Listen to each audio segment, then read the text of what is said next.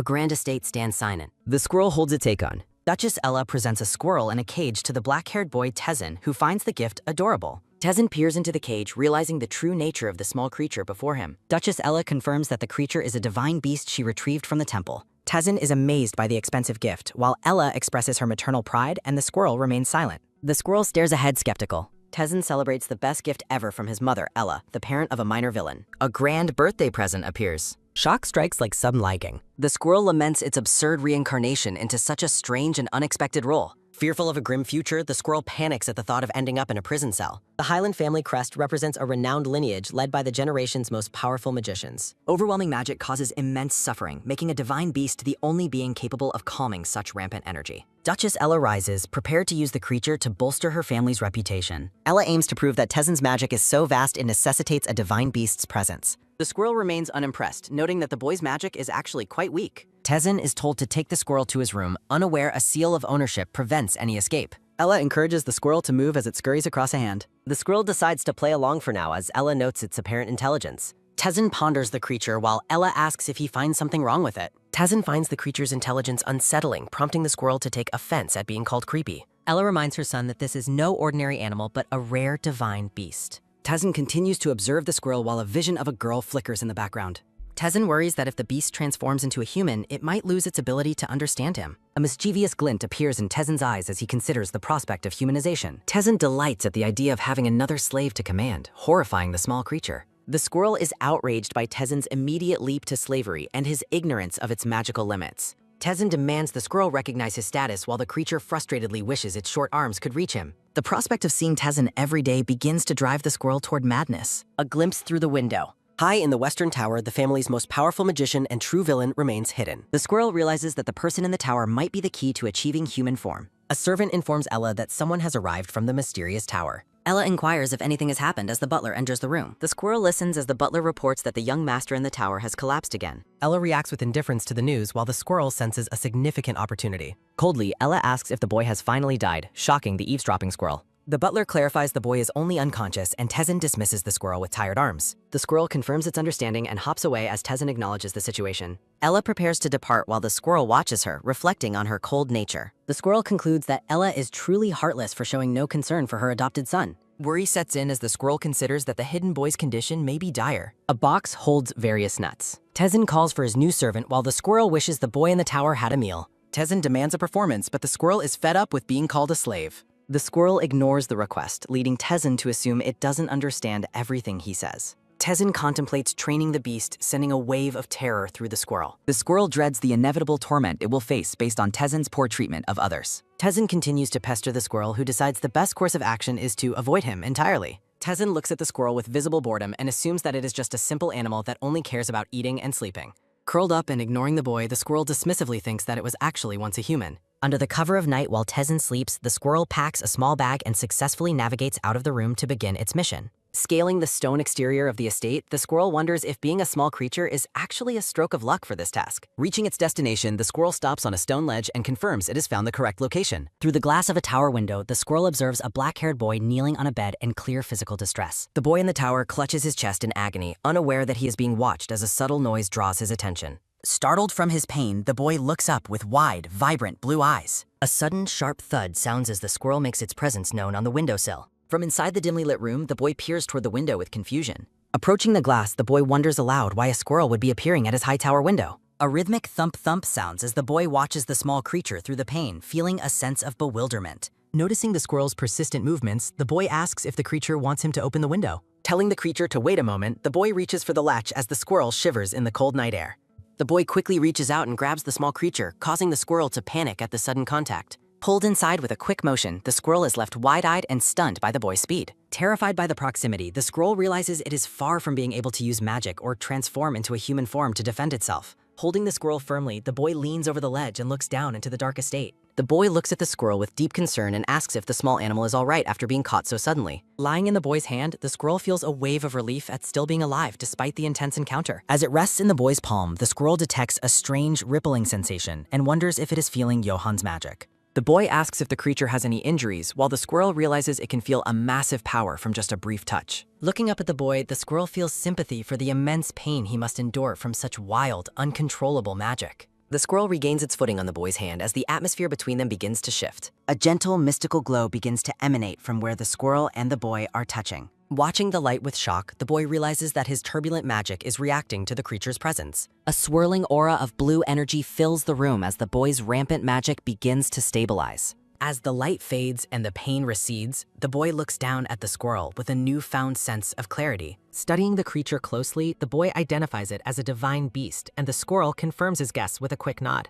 The boy notes that the mark on the creature means it belongs to Tezen and asks why it traveled all the way to his tower. Realizing the absurdity of expecting an answer, the boy becomes embarrassed and remembers that the creature cannot speak. The squirrel watches the boy and thinks that despite his future as a villain, he currently seems clueless and even a bit cute. Narration explains that Johann Harald is destined to be the novel's greatest villain, a path forged by the tragic death of his mother. After the Duke remarried Ella and brought Tezen into the family, he was sent to war, leaving his biological son vulnerable. Young Johann was left isolated and without affection during the most formative years of his childhood. At age 10, Johann's magic awakened in a violent surge that caused him constant, unbearable agony. Duchess Ella, determined to make her own son the heir, viewed Johann's condition as a convenient excuse to cast him aside. She lied about Johann being ill and had him confined to the lonely tower to keep him out of the public eye. After years of isolation and pain, Johann was eventually used in Ella's schemes and sent to fight on the front lines of the war. The story foretells that 5 years later, Johann will return as a triumphant war hero, having ended the long conflict. This return marks the beginning of a great tragedy for the family and the empire. Johann is promised the hand of the empire's most beautiful noblewoman, Lady Marielle, whom the squirrel recognizes as the story's heroine. Though Johann falls deeply in love with Marielle, her heart belongs to the crown prince, sparking a jealousy that turns him into a monster. Driven by unrequited love, Johann eventually becomes a villain who will stop at nothing to tear the lovers apart. Back in the present, the squirrel shivers at the thought of the kind boy before it becoming such a terrifying figure. The boy hesitates and speaks softly, still struggling to process the reality of a divine beast visiting him. When the squirrel allows it, the boy is overjoyed and thanks the creature, making it contrast him with the much meaner Tezen. The boy gently strokes the squirrel's head, sharing a moment of rare, peaceful connection. As the moon shines over the tower, the boy confesses that he has been lonely for a long time and appreciates that someone stayed with him. Johann lies on his bed, reflecting on how much he was hurting and feeling lonely just a short while ago. Staring into the distance, Johann contemplates if it would have been better if he were never born or simply ordinary. Looking at the small squirrel on the ledge, Johann offers a small smile and notes that everything changed when it showed up. As he reaches out, Johann explains that for the first time he feels neither pain nor loneliness thanks to the creature's presence. Johann smiles warmly and expresses his deep gratitude to the small animal. A sudden, sharp exclamation sounds as the squirrel reacts with shock to the boy's unexpected kindness. Watching Johann's joyful expression, the squirrel finds its protective instincts stirred by his vulnerable face. The squirrel reflects on its selfish plan to merely absorb magic and transform into a human as quickly as possible. Looking hopeful, Johann hesitantly asks the squirrel if it would be able to visit him again the following night. He mentions that he doesn't even need the creature to calm his magic, as just its presence or a small gesture would be enough. The squirrel is moved to tears and nods its head vigorously, silently promising to return every single day. Johann is delighted by the enthusiastic response, while the squirrel considers how much has changed in such a short amount of time. Looking at the boy, the squirrel reflects on the profound gentleness and compassion it can sense from him. A vision of a falling figure appears as the squirrel wonders if Johann became heartless only because of his prolonged suffering. The squirrel ponders whether the presence of even one person showing him love and care might have altered his dark path. It questions if there could be a different future for him, one where he is not destined to become a villain. Resolving to help, the squirrel thinks that it will do its absolute best for him for as long as it remains in this form. The squirrel holds up a large, shiny acorn as a gift for the lonely boy. Noticing the gesture, Johann asks if the nut is meant for him while the squirrel gives a firm nod of confirmation. The squirrel scurries forward and presents the acorn to Johann. Bringing the creature and the nut close to his face, Johann thanks the squirrel and promises to cherish the special gift. Standing by the open window, Johann tells the squirrel he will leave it open starting tomorrow night to welcome its return.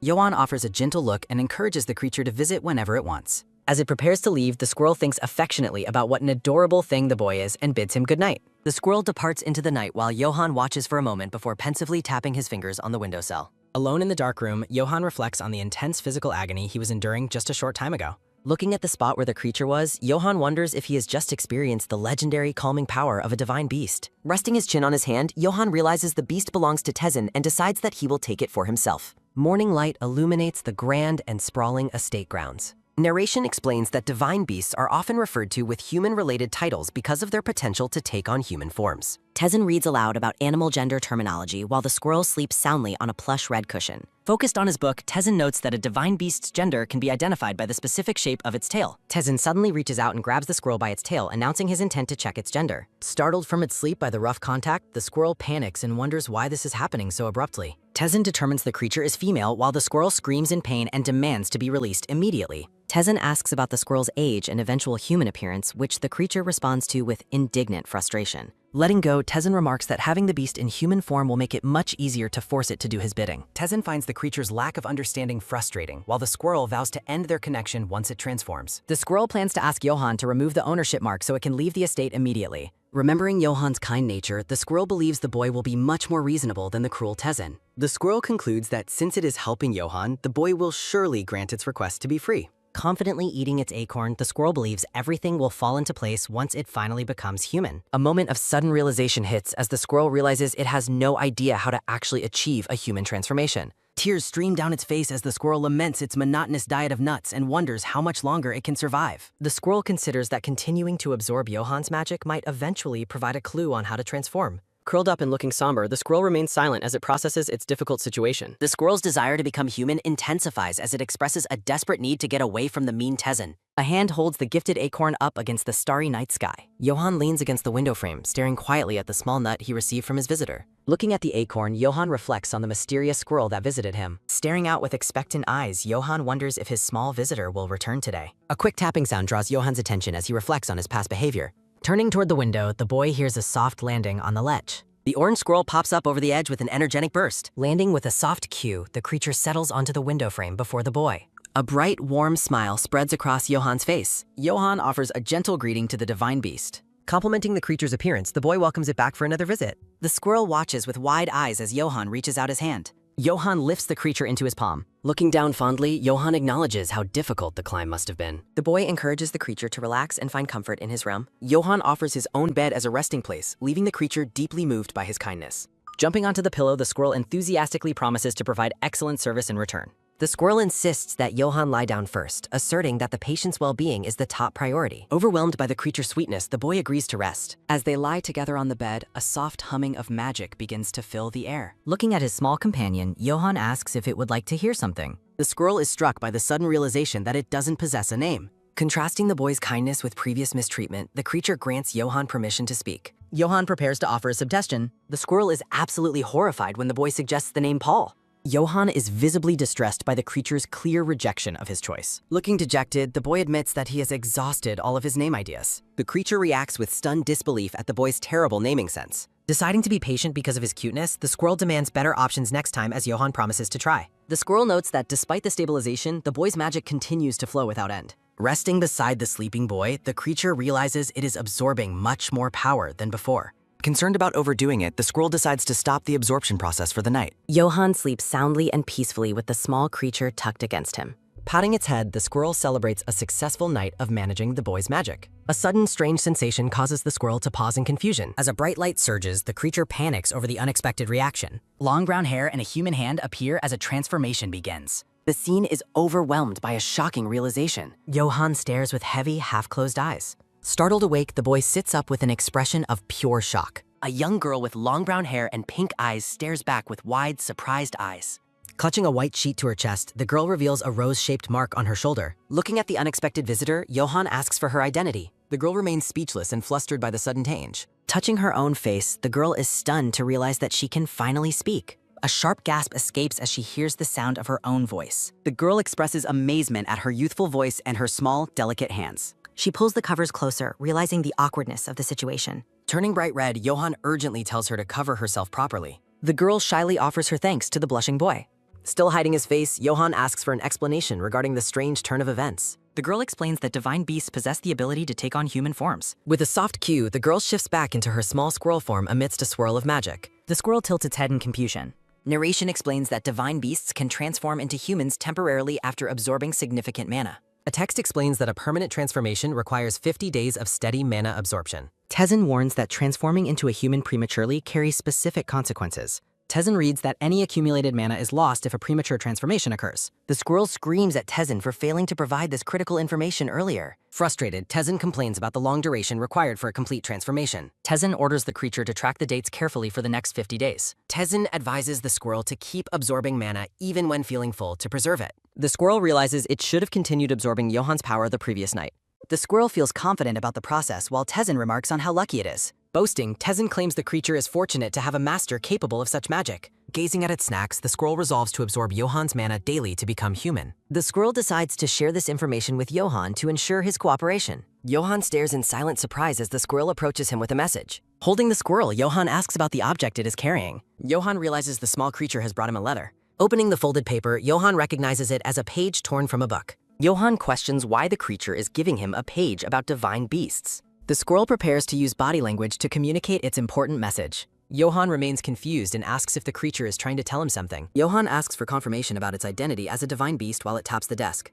Johan is amazed to discover that the squirrel is capable of reading. The squirrel points toward a specific reference regarding the Hillard family. The squirrel strikes a fierce pose to emphasize its point. Johan understands he must study divine beasts using the stolen pages from Tezen's books. Johan praises the squirrel's intelligence as it happily leaps onto his shoulder. The squirrel pats the boy's cheek to show its approval and praise. Johan laughs, admitting that the creature's affectionate gestures are quite ticklish. Johan focuses on the text to learn more about divine beast transformations. Johan confirms that 50 days of mana absorption will grant the creature a human form. Johan wonders what will happen once the 50 days have passed. A vision of a young girl with long brown hair appears in Johan's mind. Lost in thought, Johan reflects on how cute the creature's human form was. The squirrel chirps in confusion while Johan flusteredly denies having any strange thoughts. A gentle blush colors Johan's face as he looks away from his companion. The boy sits at his desk while the squirrel rests quietly on his shoulder. Tezen screams in rage upon discovering that his precious books are being sabotaged. Looking at the mangled pages, Tezen demands to know what happened to his research. Tezen questions the sleeping squirrel about the missing pages while the creature ignores him. Johan wakes up exhausted, lamenting how his volatile magic prevents him from getting a peaceful night's rest.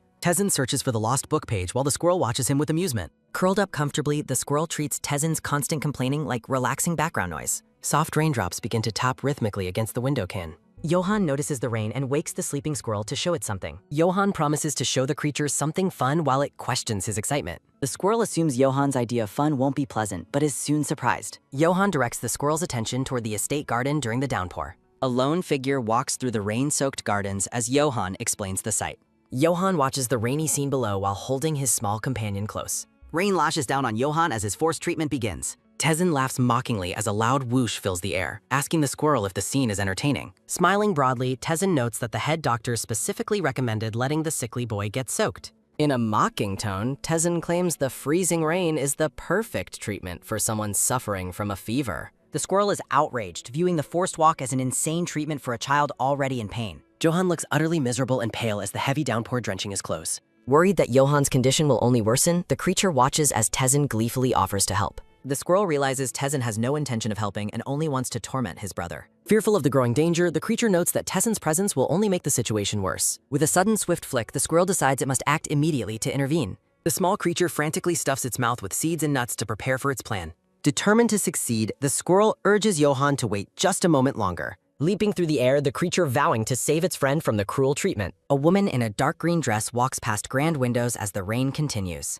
Johan's mother observes his slight recovery and questions the doctor if the current methods are actually working. The doctor apologizes while explaining that hypothermia serves as a unique remedy specifically intended for young wizards. He assures her that extending the treatment in the rain will eventually force Johan back into a weakened state. Satisfied with the cruelty, the madam praises the doctor's excellence before dismissing him from the room. Alone, the woman reflects on how much she views Johan as a constant annoyance in her life. She recalls the cold dread she felt upon learning of his magic and her initial desire to eliminate him. Her hands tighten on the ledge as she laments how a specific oath prevents her from finishing him off. A historical scroll details the war oath, an imperial decree designed to limit the power of the nobility. The decree mandates that the primary heir of every noble house must personally serve on the front lines. Unwilling to risk her favored son Tezen, she keeps Johan alive only to serve as a sacrificial substitute. Looking out at the gardens, she mockingly thanks Johan for clinging to his insignificant life for her sake. The maids continue to guide the shivering Johan through the rain-soaked paths of the estate. One of the maids points toward a nearby area as they continue to fall. Coldly, the maid tells the boy to slow down, warning that any delay will be seen as troublesome. She demands that the young master show more cooperation with the doctor's harsh prescriptions. From high above in the trees, the squirrel watches the group with a keen and worried gaze. Seeing Johan's suffering up close, the squirrel is heartbroken by the total lack of sympathy from the staff. A cluster of nuts falls through the air with a sudden clattering sound. The squirrel drops an acorn and tells Johan that everything will be all right. With a swift, sharp motion, the creature hurls the snacks directly at the unsuspecting maids. The squirrel dives downward, fully committed to its distracting and defensive maneuvers. The maids scream in shock and pain as the hard nuts strike them with precision. Both women clutch their faces in agony, blinded by the unexpected barrage while Johan watches in surprise. A single acorn rolls slowly across the wet stone tiles toward the stunned boy. Johan stares down at the small nut, his eyes wide as he realizes what has happened. Looking up at the trees, the boy wonders if his mysterious visitor is responsible for the rescue. The squirrel urges him to stop staring and flee while the two maids are still distracted. Johan realizes that the chaos has provided him with the perfect opportunity to escape his tormentors. He sprints away into the rain as the maids panic and beg for him to return. A loud, resonant boom echoes through the garden as Johan slams into the safety of the tower doors. The squirrel celebrates its perfect hit, wondering if it has a hidden talent for combat. Watching Johan enter the building, the squirrel breathes a sigh of relief before wondering where Tezen went. Tezen returns with a heavy bucket of water, furious at the maids for losing track of the boy. The trembling maids explain that Johan fled back to the tower during a moment of confusion. Enraged, Tezen splashes the maids with a loud splash as he screams at them for their failure. Tezen's face twists in rage as an authoritative voice commands him to stop his outburst immediately. In the pouring rain, Tezen shouts for his mother as she holds a dark umbrella. Tezen complains about a ruined opportunity while the Duchess places a hand on his shoulder. The Duchess gently reminds the boy of his original desire to help his brother's treatment. After the boy agrees, the Duchess promises to summon Johan when their guest arrives tomorrow. The Duchess suggests a joint welcome, leaving the black-haired boy feeling excited about the meeting. Listening from the trees, the squirrel is stunned to hear that the heroine is visiting. The small creature panics upon realizing that the young lady mentioned is the story's main heroine. It fears the timeline has shifted because Johan is meeting the heroine much earlier than expected. The squirrel realizes the family intends to publicly humiliate Johan by comparing him to his brother. When the Duchess tells Tezen to bring his beast tomorrow, the squirrel reacts with absolute horror. Panic sets in as the squirrel realizes it is being forced into the upcoming confrontation. The Grand Tower stands tall against the night. Inside his room, a weary Johan leans against the window frame, breathing with visible difficulty. He blames the rain for his poor health and hopes the squirrel will return to comfort him. Holding a small acorn, Johan reflects on his initial plans to manipulate the divine creature's power. He envisions using the beast's magical stabilization to eventually seize control of the entire dukedom. In a flashback, he recalls feeling relieved that the squirrel needed his magic to become human. He remembers standing in the rain, convincing himself their relationship was purely one of mutual exploitation. A close-up reveals his wide purple eyes reflecting the cold rain of his past memories. His focus shifts as a small tap sounds against the wood, signaling a welcome visitor. Johan watches with a soft smile as the orange squirrel hops onto the windowsill to join him. He expresses his sincere gratitude to the small creature for its help during the earlier events. While Johan notes he stayed drier thanks to the beast, he is interrupted by a heavy cough. Despite his obvious illness, he offers a gentle smile and reassures the worried squirrel he is fine. The orange squirrel nuzzles affectionately against his cheek, offering him much-needed comfort and warmth. The two share a quiet moment of companionship as the scene focuses on their growing bond. The creature's small paws rest on the back. As Johan sleeps, the squirrel notes his magic has stabilized even though his fever remains high. It worries about the humiliation Johan will face tomorrow when he is paraded before the guests. The creature realizes Ella is using Johan's poor condition to secure his brother's inheritance and status. Overwhelmed by the situation, the squirrel covers its face in frustration at the impending disaster. It recalls Tezen arrogantly wearing a face pack in preparation for the beautiful heroine's arrival. A mischievous idea forms as the squirrel considers leaving dirty footprints on the sleeping boy's face. It imagines the footprints standing out perfectly on his skin, causing a scene of hilarious chaos. As the squirrel prepares to sneak out, Johan wakefully asks if it is already leaving him. Johan looks visibly hurt by its departure, while the squirrel silently vows to protect him. A heavy silence fills the room as they look at each other with lingering sadness.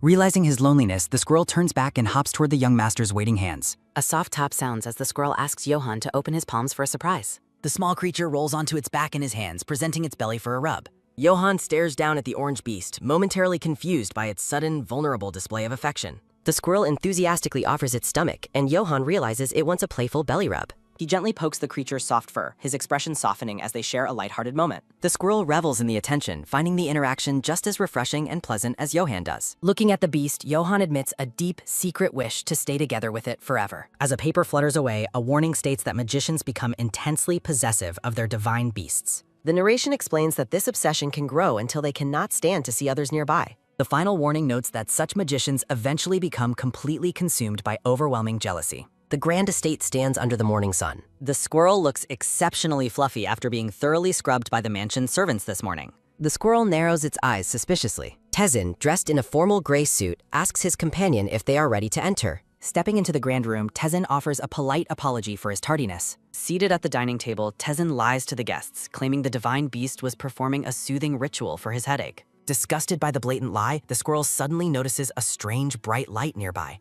A blinding pink flash overwhelms the squirrel. The creature is instantly struck by how stunning Mary appears. Looking at the blonde girl in her pink dress, the squirrel considers her the world's most beautiful woman. Heart-pounding, the creature wonders how Johann will react to such beauty. The squirrel expects Johann to fall in love with her at first sight.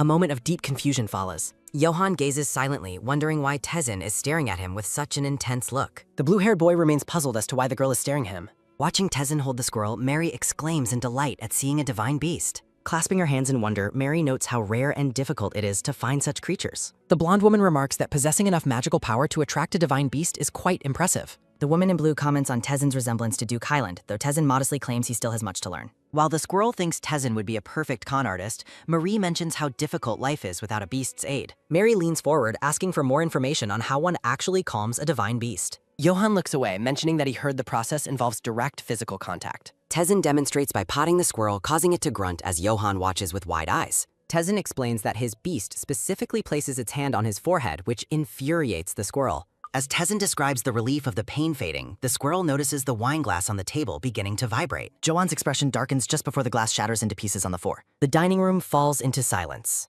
The mother in blue notes that Johann has seemed to be in significant pain for some time. She orders him to compose himself while the squirrel wonders why Johann's magic is rampaging despite yesterday's calming ritual. Sensing Johann's distress, the squirrel attempts to jump toward him but accidentally slips. Falling through the air, the creature feels a wave of intense shame. The squirrel lands softly in Johann's waiting hand. Johann quietly warns the creature to be more careful to avoid another fall. He mutters under his breath that if it isn't careful, he won't be able to protect it. The squirrel is startled by his unexpectedly dark and decadent tone. Despite the intensity, the creature feels a sense of gratitude toward Johann. Tezin reaches out his hand, demanding that Johann return his squirrel immediately. A subtle smirk plays on Johann's lips. Johann asks Tezin what the squirrel's name is, catching his brother completely off guard. Johann points out that such a precious beast needs a name, noting that Tezin clearly hasn't chosen one yet. Tezin nearly blubbers out the word slave as he remembers how he truly treats the creature. Flustered, Tezin insists he is working hard on a name, earning a disappointed headshake from the squirrel. Johann offers to help with the naming process, driving Tezin to rage and the squirrel to madness. Mary interrupts the bickering, drawing the attention of both brothers.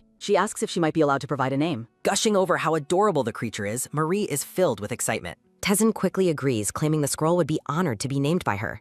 The blonde girl decides this is the perfect moment to improve the mood of the dinner. Mary leans in close, promising the squeaking squirrel that she will give it a beautiful name. The orange squirrel poses with expectation. Marie beams as she suggests the name Blackie, leaving the squirrel horrified by her tacky naming sense. The older women and Tezin praise the choice, claiming the creature will absolutely love the new name. The orange squirrel resists as hands tie a golden thread around its leg, while the blonde girl bids the creature a polite farewell. Startled by a sudden surge of magic, the squirrel watches as the blonde girl presents the golden thread as a special gift. The squirrel examines the golden thread on its leg as the blonde girl praises how well it suits the small creature. Touched by the girl's kindness and the value of the gift, the squirrel squeaks its appreciation for the gold. Tezin demands that the squirrel return to him while Johann remains silently observant at the dinner table. Frustrated by the lack of obedience, Tezin orders the creature to return to its master, earning the squirrel's silent contempt. The small creature looks back toward the table with a lingering gaze. Johann stares ahead with a stoic expression, worrying that his brother will eventually direct his frustration toward him. The squirrel leaps through the air across the table, making its way back to the group.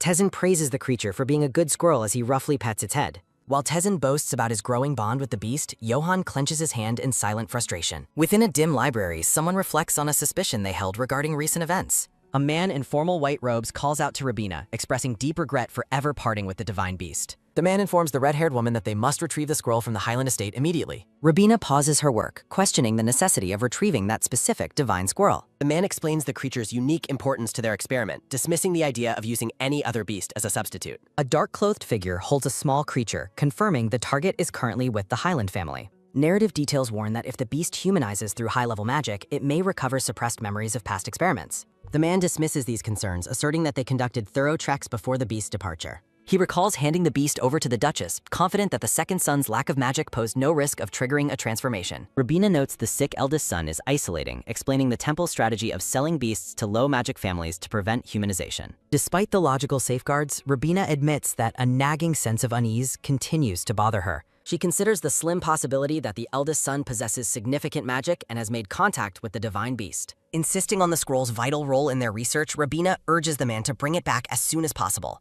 The man sighs in resignation, agreeing to manufacture a justification to reclaim the divine beast from the estate. Back at the tower, Johann stands by the open balcony doors as the night sky looms behind him. The squirrel peeks tentatively into the room, greeted by Johann's presence. Johann offers a gentle smile, telling the small creature that it doesn't need to knock before entering. He promises to always be waiting for its return, leaving the squirrel feeling slightly flustered by his warmth. The squirrel is struck by Johann's radiant appearance, noting how much healthier he looks. Reflecting on the past 40 days, the creature realizes that absorbing Johann's magic has dramatically improved his complexion. The squirrel notices a pleasant, soapy scent lingering around the young man. Noticing the intense gaze, Johann asks the squirrel why it is staring at him so fixedly. The squirrel quickly dismisses the attention with a squeak, privately vowing to help him continue his recovery. Johann sits calmly on his bed with the small orange creature. The squirrel demands to touch his forehead to perform a calming ritual, but Johann asks it to wait. He suggests they take a more relaxed approach today, allowing the creature to stay until things are settled. Johann smiles warmly as he brings the squirrel closer to his face. The creature stares into Johann's eyes, mesmerized by his gentle expression. Johann thanks the squirrel for its help, receiving an affectionate response. The squirrel perches on Johann's shoulder as he remains in a thoughtful silence. It leans into his touch, enjoying the softness of the moment. Johann's attention is drawn to the golden ribbon still tied around the squirrel's leg. He recalls the blonde girl saying goodbye to the creature earlier in the day. A look of quiet contemplation crosses Johann's face as he looks downward. Johann gently pets the creature while it rests comfortably on his lap. Johann brings up the topic of the squirrel's name, capturing its full attention. He rejects the name Blackie, pointing out that the creature's eyes are clearly not black. Visualizing a girl with vibrant pink eyes, Johann remarks on the squirrel's beautiful eye color. Johann asks the squirrel if it likes the new observation, leaving the small creature in suspense. Recoiling in disbelief, the orange squirrel inwardly critiques the boy's naming sense as absolutely terrible. The creature worries that refusing the name Momo now might make it seem rebellious after accepting the name Blackie. Looking down at the squirrel, Johann asks if it also believes the new name suits it perfectly. As Johann gushes about how the name is charming and bright, the squirrel wonders if such grandiose adjectives are truly necessary. Forcing a cheerful squeak, the squirrel pretends to agree that the name is the absolute best. A gentle, affectionate touch. Johann gazes at the creature, asking if it thinks their meeting was merely a coincidence. Looking deep into the squirrel's eyes, Johann confesses that he keeps feeling as though their meeting was fated. A startled squeak as he pulls the creature closer. Laughing softly, Johann apologizes and admits he simply finds the small creature too adorable to resist. Staring intensely, Johann reflects on how small and delicate the squirrel is, despite the way it tried to protect him. A vision of the squirrel bravely standing its ground while holding an acorn flashes through his mind. Leaning over the small beast, Johann promises to provide it with even more gold in the future. Holding the creature in his palm, he vows to give it the best room and fulfill its every wish. A vow of absolute devotion. Johann's expression shifts as he promises to make the creature much happier than it ever was while with Tezen. Standing tall with the beast in his hands, Johann declares that from now on, he will be the one to protect it. Watching him with a lingering gaze, the squirrel silently calls the young man a fool. Visions of the battlefield and temple-developed calming potions that suppress magic and memories loom in the distance. A dark shadow of a night stands over the squirrel as narrative details describe the potion's power to make one forget even a divine beast. Looking down with large, somber eyes, the squirrel realizes that when that time comes, Johann will no longer need it. Embracing the moment of warmth, the creature vows to do its best for Johann during the time they have together. As dawn breaks, a carriage from the shrine pulls up to the grand estate. Maids whisper amongst themselves about the high-ranking officials visiting so early, noting that the high priest himself has arrived. Inside the parlor, the man with the beard sips tea and asks the high priest what he means by his previous statement. Putting his tea down with a sharp clack, the high priest explains it has been confirmed that the beast given to Tezen lacks calming abilities. The high priest demands that the divine beast be returned to the temple immediately. Addressing the Duchess directly, the priest repeats that the creature given to Tezen is useless and must be returned to the shrine. The Duchess grits her teeth in a sudden, silent fury. The priest notes that no one else knows of this matter, as it is strictly connected to the authority of the shrine. Placing her hand firmly on the table, the Duchess declares that the discussion regarding the squirrel is over. She insists they stop the matter there to prevent the story from spreading to both parties, yet she remains pensive. Looking sharply at her guest, the Duchess notes that other measures must be taken regarding the magical pain of her son, Jay. The priest reveals he has brought potions often purchased by sorcerers who cannot summon divine beasts to help Prince Tezen. The Duchess reflects silently on the mention of potions. Pleased to have an alternative, the Duchess requests the potion, noting it wouldn't matter if rumors spread about using reagents like her father. Since the reward money is settled, the Duchess asks if she might make one more request of the priest. Reflecting on how the beast rebelled and fled to the tower, the Duchess decides it is best to remove any potential threats in advance. She asks if there is a potion capable of turning a person into a mindless puppet. With a dark smile, she suggests doing so without leaving any trace within the shrine. The Grand Tower stands tall against the morning sky. Perched on a high branch, the squirrel realizes it is facing a significant problem. The creature panics, realizing the priest is lying about its lack of calming abilities just to take it back to the shrine. Recalling the original work, the squirrel remembers disappearing and being taken to a cage at the shrine around this time. Memories of a red-haired woman and experimental potions fill the creature with dread, making it desperate to avoid a return. A realization of an even greater threat dawns. Running along the branch, the squirrel realizes that Ella is planning to use the potion to harm Johann. The creature identifies the substance as the terrible potion from the original story used to turn people into hollow dolls. Determined to save him, the squirrel vows that it cannot let such a fate befall Johann. Within the quiet room, Johann remains focused on his papers, unaware of the plot moving against him. A sudden, sharp cry rings out, catching the black-haired boy's immediate attention. Johann turns toward the windowsill, surprised to see the orange squirrel appearing so exhausted. He questions the creature's risky daytime visit, while Momo urgently signals that there is a dire emergency. The squirrel frantically paws at a mark on its chest, pleading with Johann to erase the restrictive seal. Momo warns the boy that he is in immediate peril because of a new plot being orchestrated by Ella. Stunned by the revelation, Johann struggles to process a plan meant to cause him deep suffering. Frustration mounts for the small beast as it realizes the difficulty of explaining complex dangers through simple gestures. Faced with a lack of time, Momo decides to resort to a desperate, energy-draining transformation. Johann watches in bewilderment as the squirrel leaps onto the bed, preparing to change its form. A blinding radiance fills the room, reflected in the boy's widening purple eyes. As the light fades, a beautiful brown-haired girl appears, wrapped in the white bed sheets. Johann is momentarily speechless, asking why she would risk such a premature transformation. The girl commands his focus, explaining that she is being hunted by those who wish to return her to the shrine. She reveals that the temple officials claim she lacks her divine power and intend to drag her away. Johann asks if her sudden appearance means she intends to flee the estate immediately. Looking up at him with desperate pink eyes, she begs for his assistance in securing her freedom. Her expression is one of pure, raw determination as she prepares to ask for his help. She explains that only a direct descendant of the bloodline can break the seal keeping her trapped. Fear clouds her gaze as she admits that being returned to the shrine would surely mean her death. Moved by her plight, the black-haired boy drops to his knees by the bedside. Johann looks her in the eye and solemnly vows to break her chains and protect her life. A faint glow emanates from her collarbone as the magical mark is completely wiped away. Relieved to finally be free, she offers a heartfelt thanks to the boy who saved her. Johann stares back at her, seemingly taken aback by the weight of her gratitude. A dark vision of the Duchess holding a glowing potion flashes through the air as the girl shares a warning. She cautions Johann to avoid all hot food and drink, explaining that the poison he is being fed only activates with heat. She urges him to endure his current hardships until he is finally sent away to the front lines. The girl explains that once he is away from this influence, his magic will stabilize and the pain will cease. Johann takes her hands in his, reassuring her that his own safety is not his primary concern right now. He asks if she truly exhausted all her stored magical energy just to bring him this vital information. Johann looks on sadly, knowing that her temporary human form is already beginning to fade away. The brown-haired girl reaches out, gently stroking his head with a comforting, motherly touch. She promises to find a way to humanize again soon and tells him not to worry about her fate. A moment of quiet, emotional connection passes between the two as they face an uncertain future. Johann clutches her hands tightly, acknowledging the profound debt he owes her for his very life. He bows his head in a gesture of absolute loyalty, vowing to survive exactly as she instructed. He asks her where she plans to hide once she leaves the safety of the tower. A soft poof sounds as a cloud of magical sparkles signals the end of her transformation. The girl vanishes, leaving only a small, dazed orange squirrel lying on the white sheets. Johann whispers her name into the quiet room, his heart heavy with the cost of her sacrifice. Momo lies motionless for a moment, the toll of the magic evident in her tiny frame. The squirrel admits to herself that her reserves are completely spent after the long conversation. The sound of heavy footsteps echoing in the hall snaps Johann back to the present danger.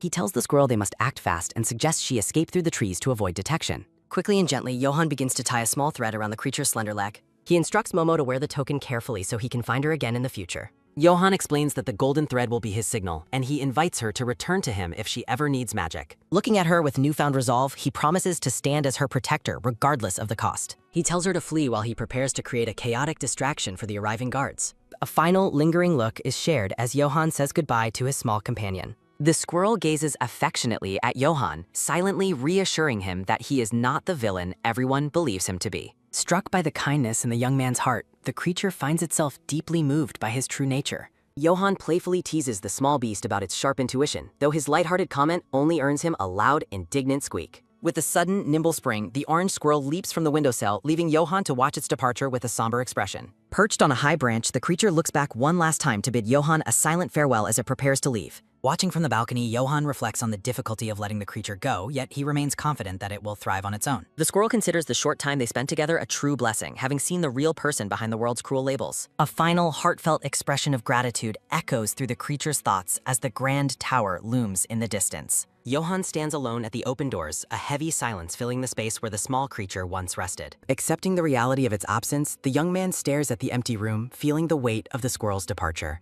Johann clenches his fist in frustration, his mind racing with worries about the seal and the shrine's pursuit of his small companion. Gazing out at the estate courtyard, Johann suspects the temple's true motives and realizes they likely underestimated the beast's potential. A sudden, sharp sound at the door pulls him from his thoughts, prompting him to wonder if someone is already searching for the creature. Turning toward the entrance as a series of loud, quick taps ring out, Johann hears a servant calling out to him urgently. The red-haired man pushes the door open, offering a brief apology for his sudden intrusion into the room. When asked if he has seen the divine beast, Johann flatly denies it, privately mocking the terrible name given to the creature by others. The servant begins tossing the bedding aside in a frantic search, driven by the hope of claiming a reward for the squirrel's capture. Johann warns the man that a failure to find the beast will result in a chaotic search that might keep the entire estate awake all night. The servant pauses, his expression shifting as he considers a new, potentially deceptive plan to settle the matter. Johann listens intently as the man prepares to explain his idea for resolving the disappearance. The servant suggests faking the squirrel's death by using a common beast marked with the family seal to fool the temple officials. Surprised by the young master's willingness to help, the red-haired man asks why he would bother assisting with such a ruse. Johann agrees to the plan on the condition that the man secretly provides him with simple food, like cold bread. Looking toward the man with a weary gaze, the young master confesses that he is truly starving. Realizing the poor quality of the meal sent to the tower, the servant looks on with a touch of newfound sympathy. The man bows and promises to carry out the task, leaving to find a suitable substitute for the missing divine beast. Once the door closes, Johann stands in the center of the quiet room, the immediate threat of the search temporarily neutralized.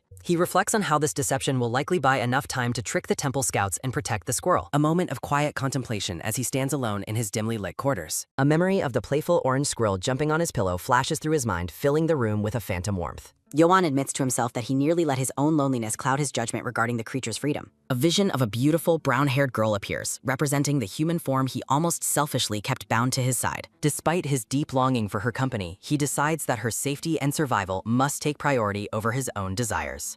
The image of the girl's radiant smile lingers, a bittersweet reminder of what he has chosen to let go. Sitting on the edge of the bed, Johann smiles faintly, trusting in the creature's intelligence to stay safe from the temple's reach. He continues to admire the small beast's surprising blend of dainty charm and fierce resolve. Clutching the pillow where the creature once slept, Johann remembers the long nights he spent anticipating its return.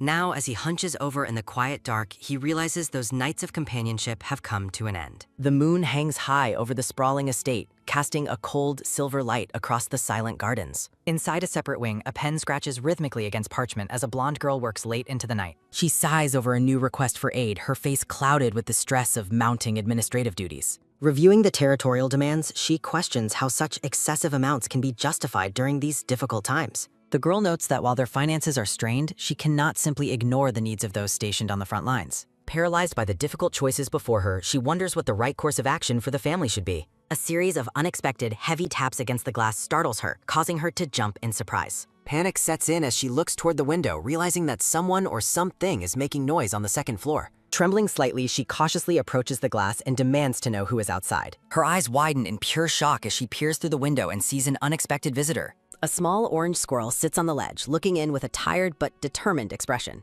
Staring at the creature's leg, the girl immediately recognizes the distinctive golden thread tied there. The orange squirrel pauses in realization. A sharp call for Blackie rings out. Slowly awakening in the oppressive dark. A blurred room begins to sharpen. The small creature wonders where it is. Mariel's voice greets the waking squirrel. Mariel arrives with a trace friend. She marvels at Blackie's healthy appetite. Mariel encourages the hungry beastie. She questions how it traveled so far. Panic strikes as she offers overtime. Blackie refuses to go back to Highland. Desperate to communicate its dire plight, Mariel watches the squirrel wash away. Blackie begins pawing at confidential documents. It points out a very specific paper. Pure shock washes over Mariel's face. Blackie highlights words suggesting its past abuse. A determined look from the small creature. Mariel asks if it was abused. She leans in close to the beast. Heartbroken, Mariel comforts the little squirrel. She finds the tiny creature absolutely adorable. A sudden realization dawns on her. Recalling Tezin's cruel treatment to Johann, vowing never to return Blackie to Highland. Mariel promises to protect her new companion. The current mission is successfully completed. A man commends Ravina's handling of things. Ravina reports finding a dead beast. He mentions serum and hidden secrets. The man admits to feeling a bit unsettled.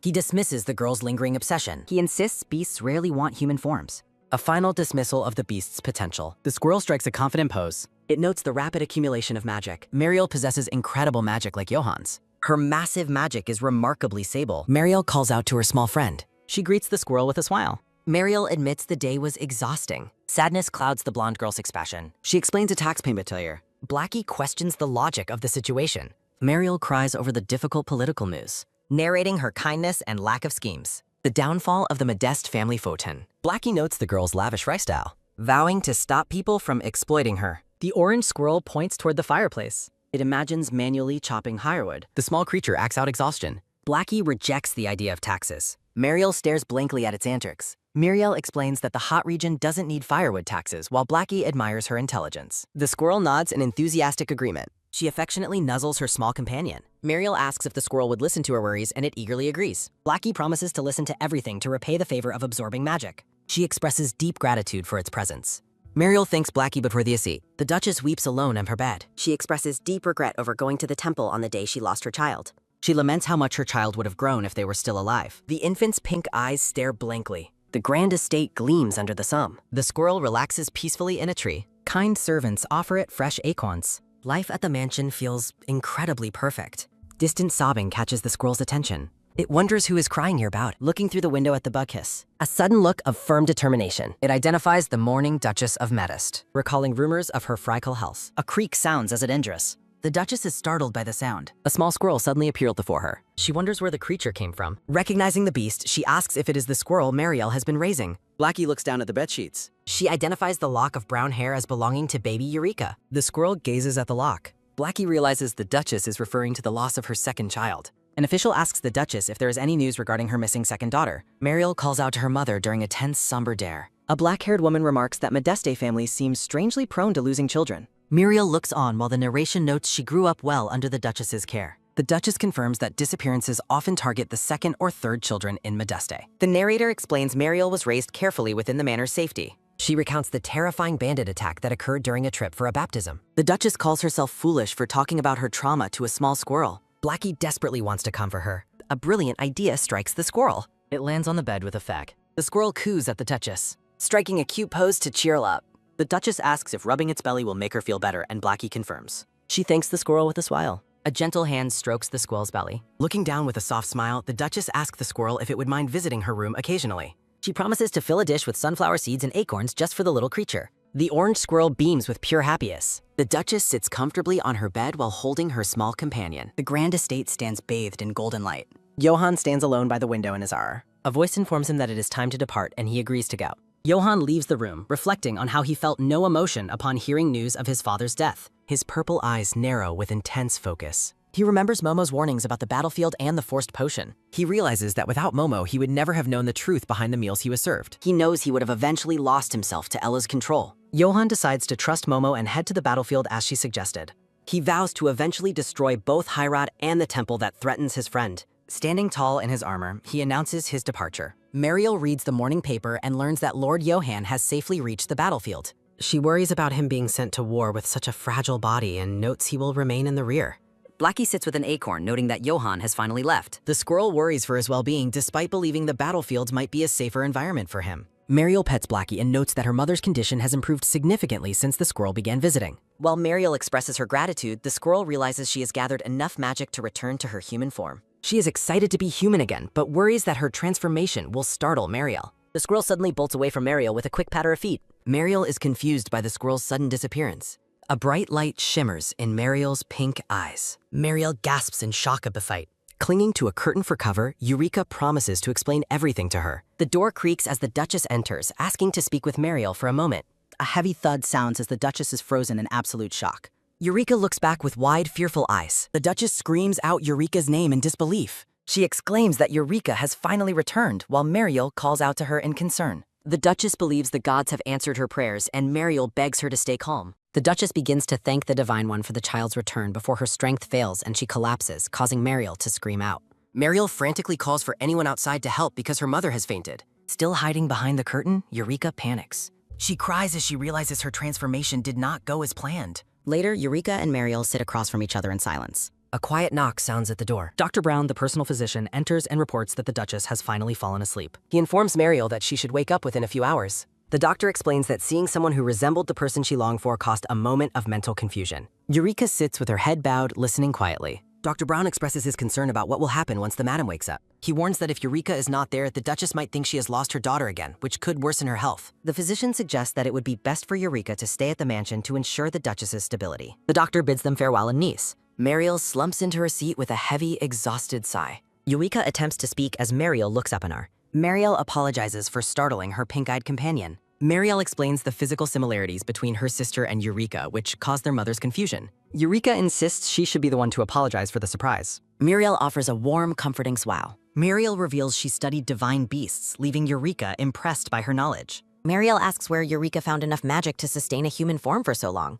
Eureka hesitates, looking unsure how to respond. A sudden realization regarding her own magic strikes Mariel. Muriel expresses confusion since she cannot cast spells, but Eureka remains uncertain. Eureka confirms Mariel has massive magic power that she absorbed for 50 days. Mariel considers the fact that her magic was being drained away. Eureka worries that her shameless behavior has made the blonde girl angry. Mariel laughs happily and praises her companion's hard work. A radiant, sparkly light fills the room. Dazzled by the kindness, Eureka wonders if Mariel is an angel. Mariel ponders the situation before beginning to speak again. Mariel asks Eureka if she would consider becoming her little sister. The sudden proposal leaves Eureka completely shell-shocked. Mariel takes the girl's hands and admits her request is selfish. The two girls sit together in contemplative silence. Muriel explains her desire for her mother to remain happy for the rest of her life. Eureka reflects on the tragic events of the original story. The narration explains that the Duchess died of grief in the original timeline. Mariel recalls the genuine joy her mother felt when Eureka appeared. Mariel remembers her mother's affection for the small squirrel. A heavy, emotional silence fills the space between them. Mariel apologizes for the burden but pleads for her to send. Mariel admits she does not want to part from such a supportive friend. Eureka looks down while feeling guilty for the help she has received. Eureka tearfully protests, claiming she is the one who should feel guilty. Eureka realizes there is no reason to refuse such a beneficial offer. A memory of Eureka as a small orange squirrel. Mariel and the Duchess look happy together in their home. Eureka clenches her hand and agrees to the proposal. Eureka officially accepts the role with a look of firm resolve. Mariel hugs her sister while bestowing the name Eureka upon her. Eureka asks Mariel to take good care of her. Mariel is absolutely overjoyed to hear the word sister. Mariel faints from sheer excitement after being called sister. Eureka resolves to live up to her new noble position. She vows to protect the Modeste family fortune and honor. The grand estate stands tall under the bright sun. Townspeople whisper to one another about the news of the orphan turned noble. Villagers gossip that the naive Miss Modeste has been deceived yet again. The local commoners predict the eventual decline of the Modeste family's fortune. Two men observe Eureka as she steps out of the building. Eureka looks ahead with a stoic and noble expression. The magnificent manor is bathed in golden light. Staff members at the orphanage welcome Eureka with deep respect. Eureka graciously greets them as she begins her first official noble duty. Narrator reflects on the gossip about her new status and plans to use her title to her advantage. Eureka arrives at the orphanage, accompanied by a dark-haired man, determined not to hide her humble origins. A silhouette of a person with glasses works diligently on a task. Eureka walks through the orphanage grounds while observing the staffing children. Eureka notes the happiness around her and mentions she is looking for a specific person. Narrator explains that the Empire's greatest doctor will eventually save the Crown Prince from Johan's schemes. A silhouette of a doctor prepares medicine for a bedridden patient. Narrator explains that the doctor, Lunat, remains loyal to the orphanage and will save Muriel's lover. A silhouette of Lunat is shown as a genius physician who spent years studying. Narrator notes that his skills took time to develop because of his long stay at the orphanage. Eureka wonders if she can shorten the time needed for his training. She is suddenly distracted by something nearby. Eureka observes a group of children playing with a nanny under a large tree. A voice describes the nanny as a maternal figure to all the children. The nanny smiles warmly while receiving flowers from a young girl. The blonde Duchess affectionately touches Eureka's face and calls her daughter. The two share a pleasant tea time together in the garden. The Duchess expresses her immense happiness at having Eureka by her side. Eureka reflects quietly on the Duchess's deep affection. She remembers the Duchess's kindness toward her when she was just a small squirrel. Eureka clenches her hand, determined not to lose the lady who showed her such love. Standing before the building, she resolves to find Lunat immediately. Eureka vows to send Lunat to the academy early and cure the Duchess's illness. The dark-haired man and woman watch Eureka in Salix. The two staff members exchange a knowing, solemn look. A sharp creak sounds from the wooden stairs. The warden leads Eureka to the second floor, mentioning the study and library areas. The warden addresses Eureka, who turns to respond to him. A loud crashing sound interrupts the warden as he begins to ask about sponsorship details. The warden sighs at the children's mischief and invites Eureka to look around while he investigates. Eureka agrees but suspects the staff is subtly fishing for more financial support. She notices someone interesting through a nearby doorway. A silver-haired boy sits alone on the library floor, deeply focused on a book. Eureka calls out a greeting, causing the boy to look up in surprise. The boy is startled and apologizes for not hearing her enter, but Eureka reassures him. Eureka curiously asks what book has captured his attention so completely. The boy excitedly explains that it is a fascinating new medical book featuring unconventional treatments. Eureka is stunned by his passionate response to the medical text. Beaming with excitement, she asks the boy for his name. The silver-haired boy introduces himself as Lunat Cardin. Eureka is thrilled to have found him and gives him a warm welcome. She immediately proposes that he attend a medical academy, leaving him bewildered. Lunat hesitates, his expression clouded with doubt and worry. The warden suddenly reappears and addresses Eureka. The warden urges Lunat to finally be honest about his own desires. Lunat frantically denies any interest in medicine, much to Eureka's confusion. The warden decides he can no longer keep quiet about the situation. The warden asks Eureka to consider sponsoring Lunat's education. He explains that Lunat is brilliant and dreams of the academy, but stays silent to avoid burdening them. The warden admits he kept quiet out of respect, but cannot let this opportunity pass. Eureka tells the silver-haired boy that he is clearly passionate about medicine, and that if he misses this chance to formally study it, everyone at the orphanage would be heartbroken. Eureka promises that under the Modeste family name, she will ensure the orphanage receives proper support so that he can pursue his studies without any worries. Moved to tears by the girl's generosity, the boy looks up with wide, shimmering eyes and addresses her as Your Highness. The dark-haired warden and the orphanage staff encourage Lunat to go and follow his dreams, asking him to write to them if he ever feels lonely. Kneeling on the wooden floor and clutching his medical book, the boy says thank you, while the staff and children watch him with supportive smiles. A soft, relieved exhale sounds as Eureka reflects on how she has finally found Lunat safely.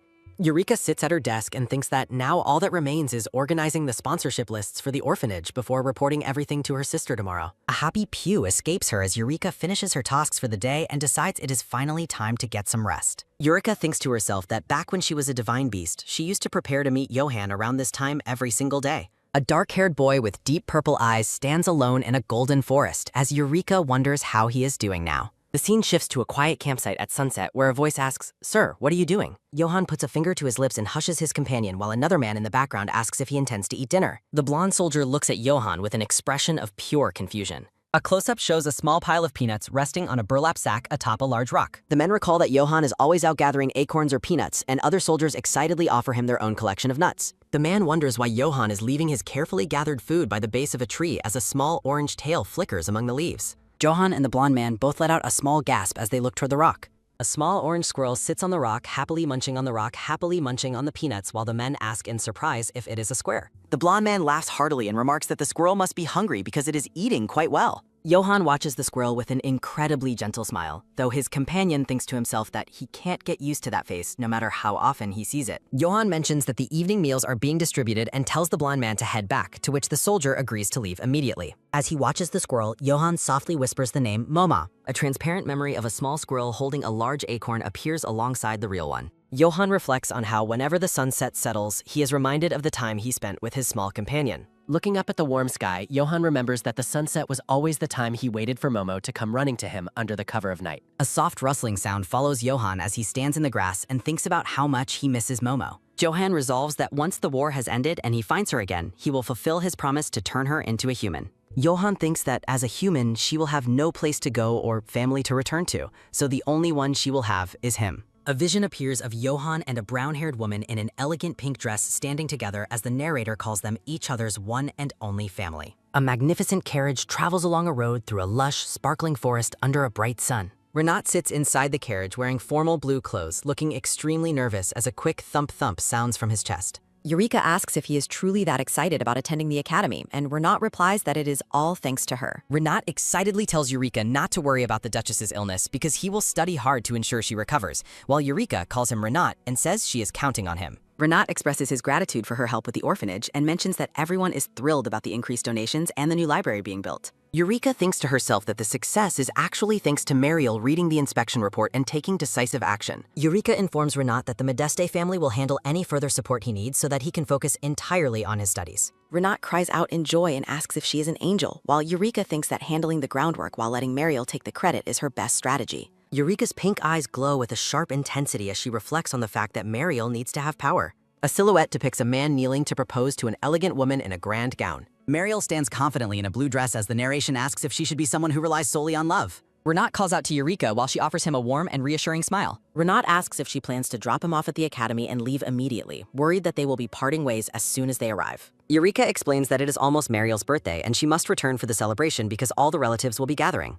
A sudden stop sounds as Eureka freezes in place, realizing that Mariel's uncle will also be present at the party. Eureka recalls that the uncle was Mariel's only advisor but died unexpectedly early, and she struggles to remember the exact cause of his death. Eureka abruptly asks Renat what he knows about poisons, causing the boy to look at her in complete bewilderment. Eureka thinks to herself that the idea just crossed her mind and wonders if her mother was actually poisoned. Renat looks down at their feet and repeats the word poison as they sit across from each other. Renat explains that poison is strictly regulated by the temple, so even doctors would not be able to obtain enough to kill someone outright. Renat adds that it might be different in a case of prolonged exposure, which leaves Eureka wondering how someone would even manage to do that. Mariel runs toward her guest with a joyful shout of recognition. Her face lights up with a radiant smile as she welcomes him, certain her mother will be thrilled by his arrival. The blonde man dismisses her enthusiasm, coolly noting he is familiar enough with the estate to find his own way. Undeterred by his coldness, Mariel cheerfully explains she simply wanted to offer a proper greeting. Her smile falters as the man turns back to her with a look of pure disbelief, questioning her judgment. Jaden Albert Count stands tall in a sharp red and black outfit, his expression one of irritation. He grumbles about the risk of her catching a cold before roughly draping his heavy black coat over her shoulders. Jaden lectures her on the need to remain healthy and resilient, especially with her mother's worsening condition. With a firm command, he tells her to take his coat and immediately head back inside. Mariel stands frozen in the oversized garment, silenced by the unexpected weight of her uncle's concern. As they walk together toward the entrance, Jaden sighs in annoyance while Mariel hopes to keep smiling before the real scolding begins. Jaden brings up the news of the family's recently adopted foster daughter, and Mariel confirms the adoption. When Mariel reveals the girl's name is Eureka, a sudden, heavy stop sounds as Jaden freezes in his tracks. He looks at her with a piercing, solemn gaze and asks about the decision to name the child after her late sister. Mariel explains that her mother views the girl as the original Eureka and that she has come to love her like a sister as well. She offers a hopeful smile, expressing her confidence that Jaden will eventually grow fond of the new addition to the family too. Her optimistic thoughts are quickly overshadowed by a sense of foreboding as the reality of their meeting looms. A crackle of static fills the air as Eureka and Jaden lock eyes, an immediate and intense rivalry forming between them. A low growl echoes as a metaphorical wolf and squirrel face off, leaving a trembling Mariel to wonder if their dinner will survive the tension. The scene shifts to an elegantly set dining table bathed in the warm, flickering glow of candlelight. Mariel invites everyone to begin their meal, noting that her mother has already finished eating and is currently resting. Jaden remains silent, his displeasure evident as he takes a slow sip of red wine. Eureka tries to break the ice by wishing him a pleasant meal, though she can sense his lingering hostility from their earlier encounter. She recalls his earlier rudeness toward Mariel and his blunt rejection of her presence, causing her to doubt his intentions. A sharp clink of a glass being set down sounds as the two girls nervously begin their dinner under the man's watchful eye. Jaden abruptly interrupts the meal, demanding to know Eureka's true identity beyond the name she was given. He leans back in his chair, unimpressed by her response and insisting on hearing her original name. Eureka hesitates, closing her eyes as she prepares to reveal the name she used during her time as a divine beast. Her pink eyes widen with a mix of embarrassment and determination as the truth hangs on the tip of her tongue. Jaden looks on with absolute bewilderment as a series of nonsensical sounds seemingly fill the air. A sudden, warm rush of color fills her cheeks as Eureka finally confesses her embarrassing real name, much to her own chagrin. Jaden is struck speechless, his face a mask of confusion as he wonders if anyone could actually bear such a name.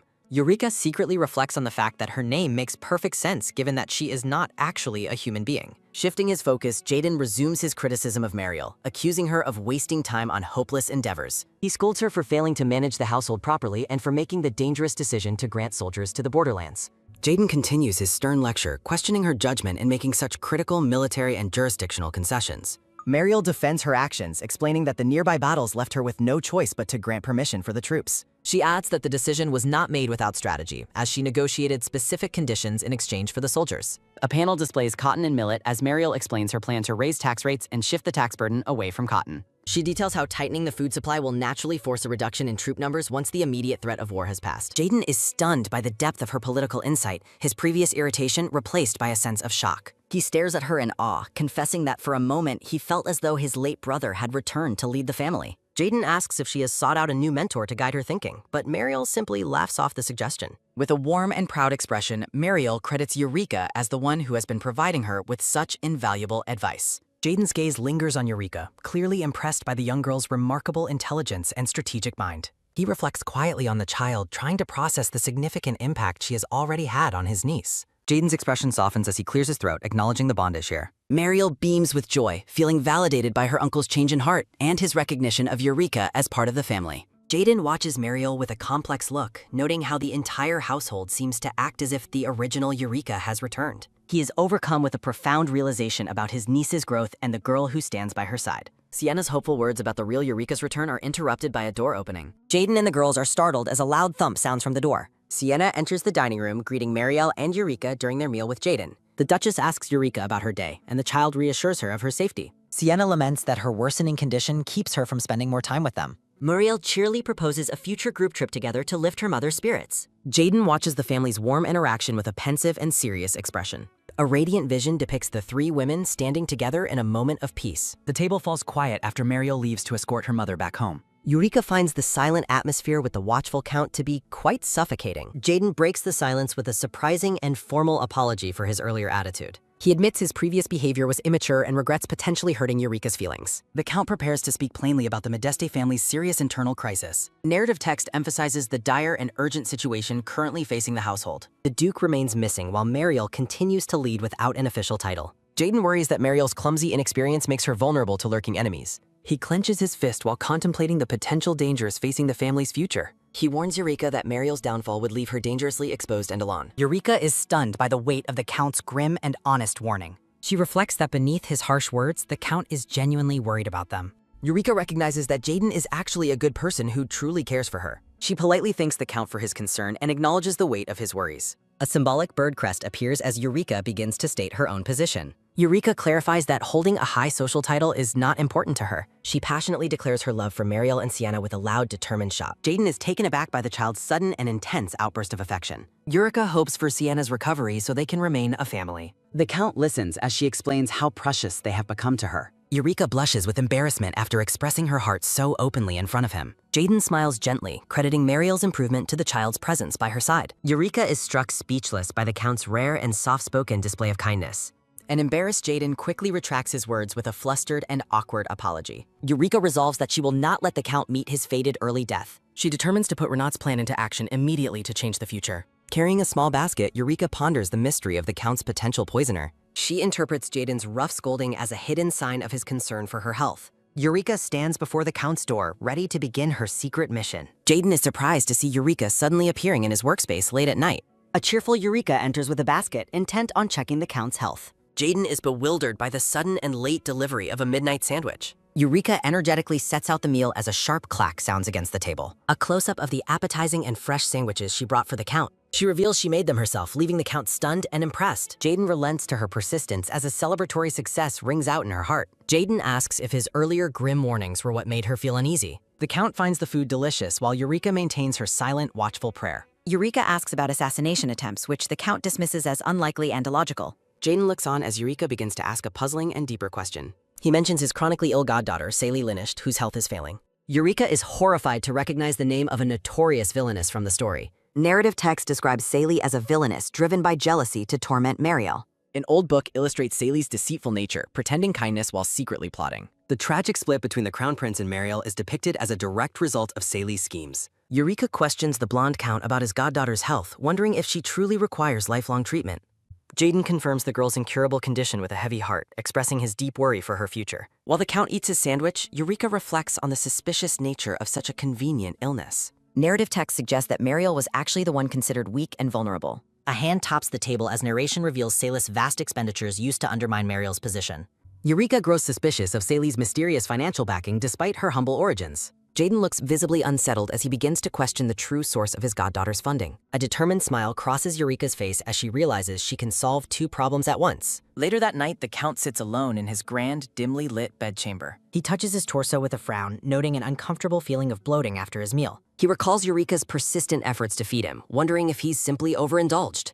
A somber thought for the original Eureka passes through the air amidst a backdrop of white roses. The current Eureka stands radiantly, her joyous expression contrasting with the heavy atmosphere. A sudden sharp knock echoes as the Count invites Dr. Brown into his room. The elderly doctor enters, explaining that he has come at Eureka's request. Jaden springs up in alarm upon hearing that the child is complaining of severe stomach pain. Mariel tends to the girl in another room while the doctor suggests checking Jaden's health as well. The Count dismisses his own discomfort, ordering the physician to focus entirely on the child's recovery. Dr. Brown insists on the exam, noting Mariel's personal worry over the food she prepared for him. Jaden finally relents to the pressure, allowing the doctor to begin a thorough medical evaluation.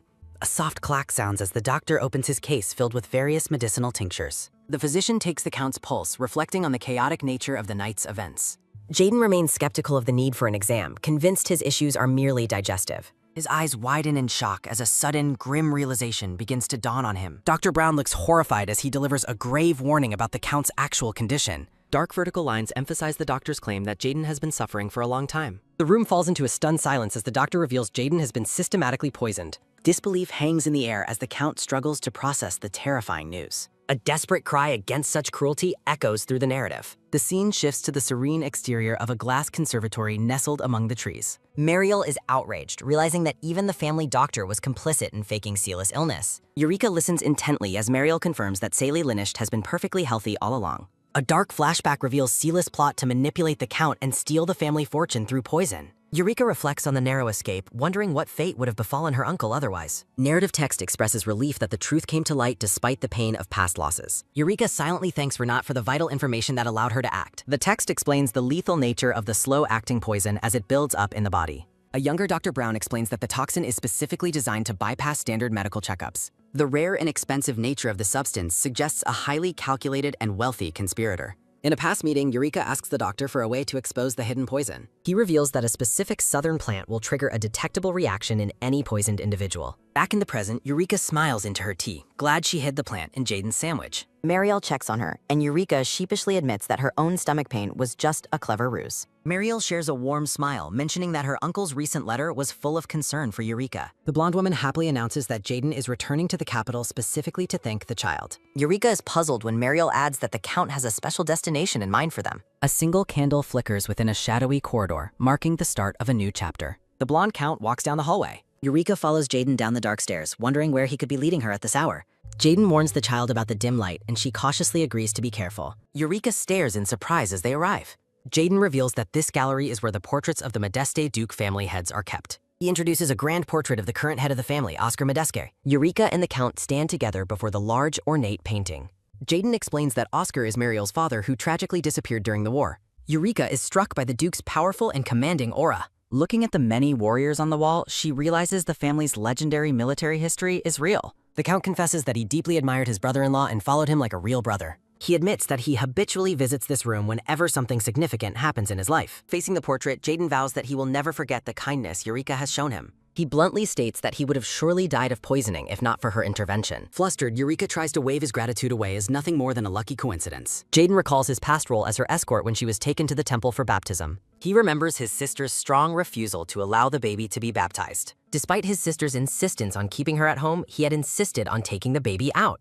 A dark memory shows Jaden waking from an attack to find that Eureka had already vanished. He realizes now that he had always been suspicious of the Linisht family for many reasons. He admits that his own guilt led him to overlook everything Sally did while she stood for Eureka. The Count credits Eureka for finally pulling him out of his fixation on the past. With a sincere and calm heart, he offers Eureka his genuine thanks. He continues, asserting that everything worked out for the better because she considered him family.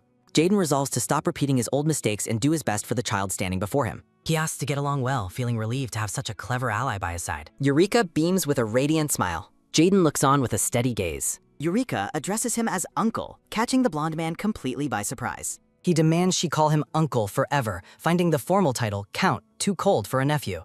As they head back, Jaden blushes while Eureka finds his flustered reaction to be very cute. Eureka pauses as she notices the decor. She asks why the hallway is lined with so many paintings of different animals. Jaden shares the old legend that the ancestors of the Modeste family were actually beastmen. The child stares in awe at the mystery. On a distant battlefield, a bloodied knight despairs as their path is completely cut off by the enemy. Suddenly, a blinding flash of blue light pierces through the darkness of the battle. A massive surge of blue lightning tears through the sky with a thunderous boom. The soldiers are baffled, wondering where such powerful magic came from so far from the front lines.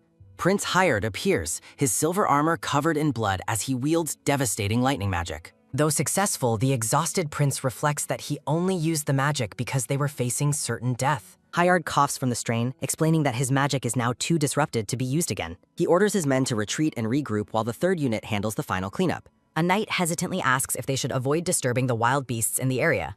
He explains that the army has avoided the local animals ever since the Duke of Modeste went missing. The soldier recounts rumors from the ranks about the missing Duke transforming into a massive tiger. Hired smirks, agreeing to keep the secret, but admitting he saw the transformation with his own eyes. Back in safety, Eureka is stunned by the weight of these revelations. As his men support him, the prince considers the strange turns his life has taken. He chuckles to himself, imagining how Momo would surely try to take credit for his victory. The chubby squirrel-like creature poses heroically. He imagines her taking credit for his magic. The bloodied prince smiles through the exhaustion. He vows to repay her kindness forever. He resolves to stay by her side. Eureka grows through various happy encounters. She waves cheerfully to the smiling Malgers. Eureka offers some acorns to the squirrel. Jaden makes sure she stays warm on side. They look out over the peaceful grounds. Mariel reads the incoming news with intent. Sunlight fills the quiet, ornate room. She looks completely stunned by the message. Mariel announces that a telegram just arrived. Eureka waits for the news with anticipation. She joyfully proclaims that the war is over. Evening light filters through the grand chamber. Eureka calls out for Renat Tanter. The silver-haired doctor stands ready to help. He assures them that she is recovering well. Renat explains the dosage change as the blonde woman expresses her relief. He promises to be a dedicated physician. The blonde woman trusts him because of Eureka. Renat is honored for his medical genius. He rejects high salaries to serve Modeste. He officially becomes the family's new physician. Eureka is delighted by her mother's improvement. She thanks Renat while he acts humble. Renat recalls her childhood support grinning. He remains grateful while Eureka feels proud. Eureka reflects on changing the original story. The blonde woman wonders why Mariel was onset. Renat mentions seeing Mariel looking quite unwell. Eureka focuses on the potential trouble brewing. She wonders if a specific event happened. Morning light shines through the bedroom window. Mariel reads the news with a sigh. She contemplates how to handle the situation. Eureka approaches her with a soft gaze. She asks if Mariel is reading again. Eureka notes the widespread happiness regarding peace. Mariel agrees that the return of peace is wonderful. Eureka senses Mariel's inner turmoil and worry. Narrative reveals the marriage alternative offered to Mariel. A new hero has emerged following the war. Johanhirad has awakened as a powerful liege. Mariel's heart is already occupied by another. She is deeply in love with Prince Raymond.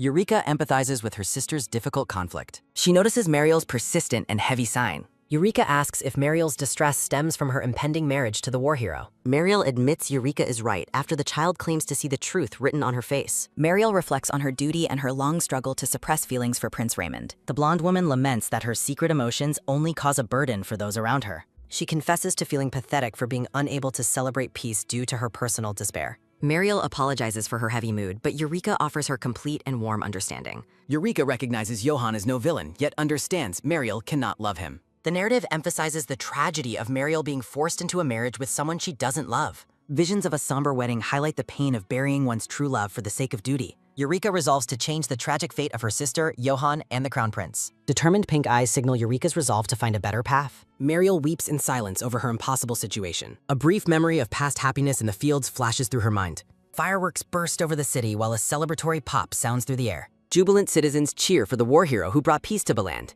Discussion among the crowd turns toward the mysterious magician from Hyrad.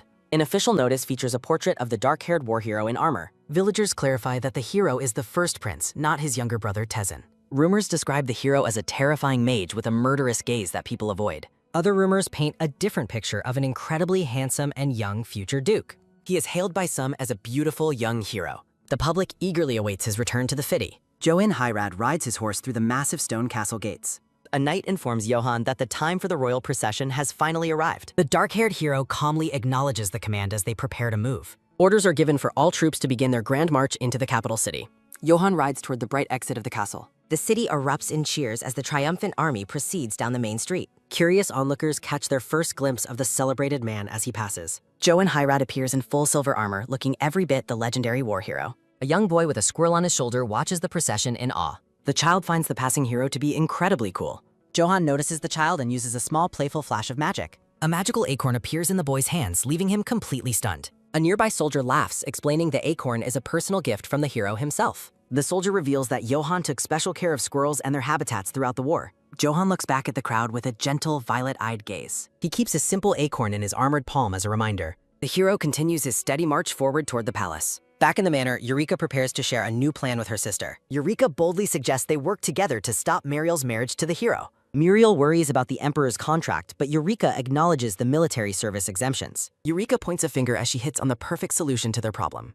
The child presents a blank sheet of paper, ready to change the narrative of their lives. Mariel is baffled by the idea of succeeding without touching the formal contract. Eureka places her hand on the table, signaling the start of their secret scheme. The brown-haired child grabs a quill and prepares to dictate a clever letter. From above, the sisters begin composing their strategic message to the war hero. They start the letter by thanking him for finally ending the long and arduous war. The quill moves across the paper with a soft and steady scratch. The message discusses the impending marriage between the war hero and Princess Modeste. A formal request is sent for confirmation regarding the marriage agreement.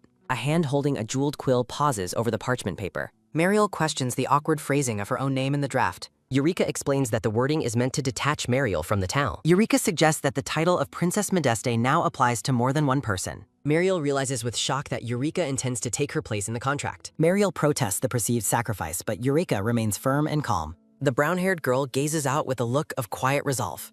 Eureka credits the Modeste family for making her who she is today. She asks to share the weight of the family's heavy responsibilities. A radiant and confident smile spreads across Eureka's face. Eureka playfully assures her sister that the matter will be settled easily. Mariel clutches her skirts, overcome with gratitude for her sister's help. The blonde woman remains worried that Eureka will face unnecessary hardship. Eureka pulls her sister into a comforting and warm embrace. Eureka smirks as she thinks of the secret advantage she has. Narrative reveals that the original story's obsession has already been completely derailed. Flashbacks show how Eureka changed Johan's childhood by caring for him. Eureka believes her past kindness has made Johan a better person. She recalls teasing Johan about being his ultimate life-saving benefactor. The completed letter is ready to be sent to the war hero. She wonders if they will finally be able to meet again. Eureka looks forward to seeing how much Johan has changed. A glowing orb in the night sky reflects her wondering thoughts. Stars shine brightly over the sprawling and silent castle grounds. A hand holds up a single acorn against the crescent moon. Johan gazes at the acorn, wondering where Momo is located now. The black-haired man feels lost on where to start a search.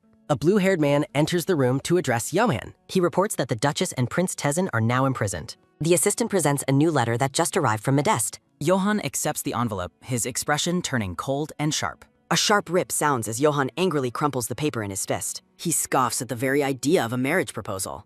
Johan prioritizes his own feelings over the political influence of high society. He trusts that the person he loves knows his true, kind nature. The blue-haired assistant stares back with a completely bewildered expression. Johan fears that Momo might misunderstand his connection to the Modeste family. He decides to go to the Modeste estate immediately the next day. Johan assumes the family is being overly pushy about the marriage. He resolves to demand an annulment to prevent any further talk. An ornate wooden door is left standing slightly open.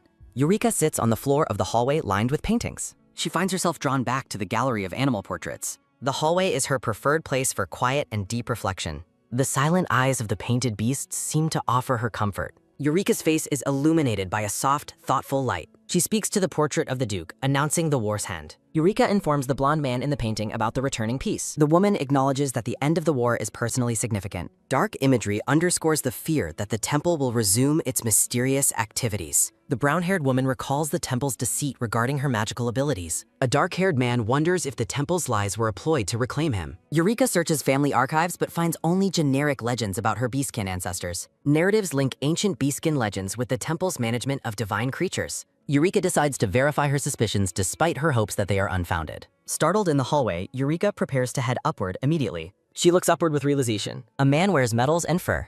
A shout of surprise echoes across the Grand Palace courtyard. Mariel is stunned to hear that Lord Johan has arrived at the manor. The blonde woman is panicked that he appeared without any prior notification. A maid reports the visitor's urgent demand to meet as Mariel reels in shock.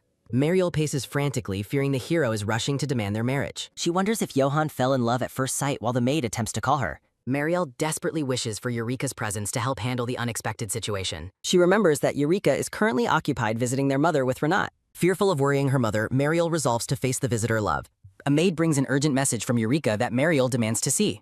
A hand holds a cursive blare. Renat informs Eureka that the war hero has arrived at the Modeste estate. Eureka instructs Mariel via the letter to stall for time until she can arrive. Mariel's pink eyes widen in shock as she reads the instructions. The blonde woman stares at the parchment in complete confusion. They stand before a grand door. Renat expresses his gratitude for the lady's assistance with the medical treatment.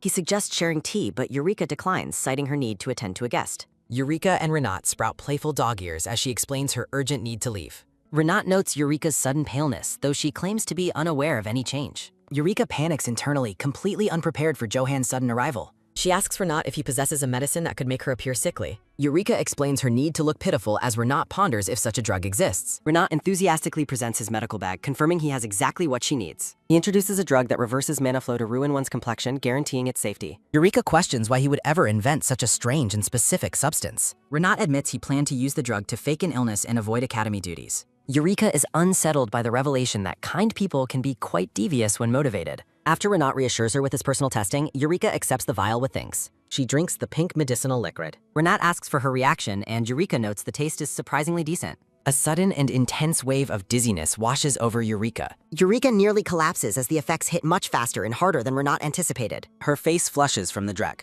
Eureka asks to be held for support while a blushing Renat complies. She eventually signals that she has recovered enough to walk on her own. Despite her thanks, Renat remains deeply concerned about her poor physical state. Renat worries the effect is too strong and tries to check her condition again.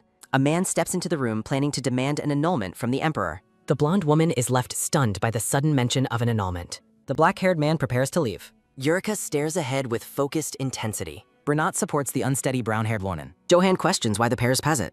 Mariel resolves to stall for time. She aims to discourage his interest. Determination fuels her as footsteps approach. Johan enters abruptly, startling the stuff. Johan cold-heartedly greets the blonde woman. Mariel expresses shock at his arrival. Surprise reflects in her wide eyes. They face each other in silence. Mariel perceives his aura as much more intimidating. She panics at his cold gaze and resolves to follow Eureka's clan. Mariel criticizes his rude and unannounced appearance. Johan accepts her blunt assessment.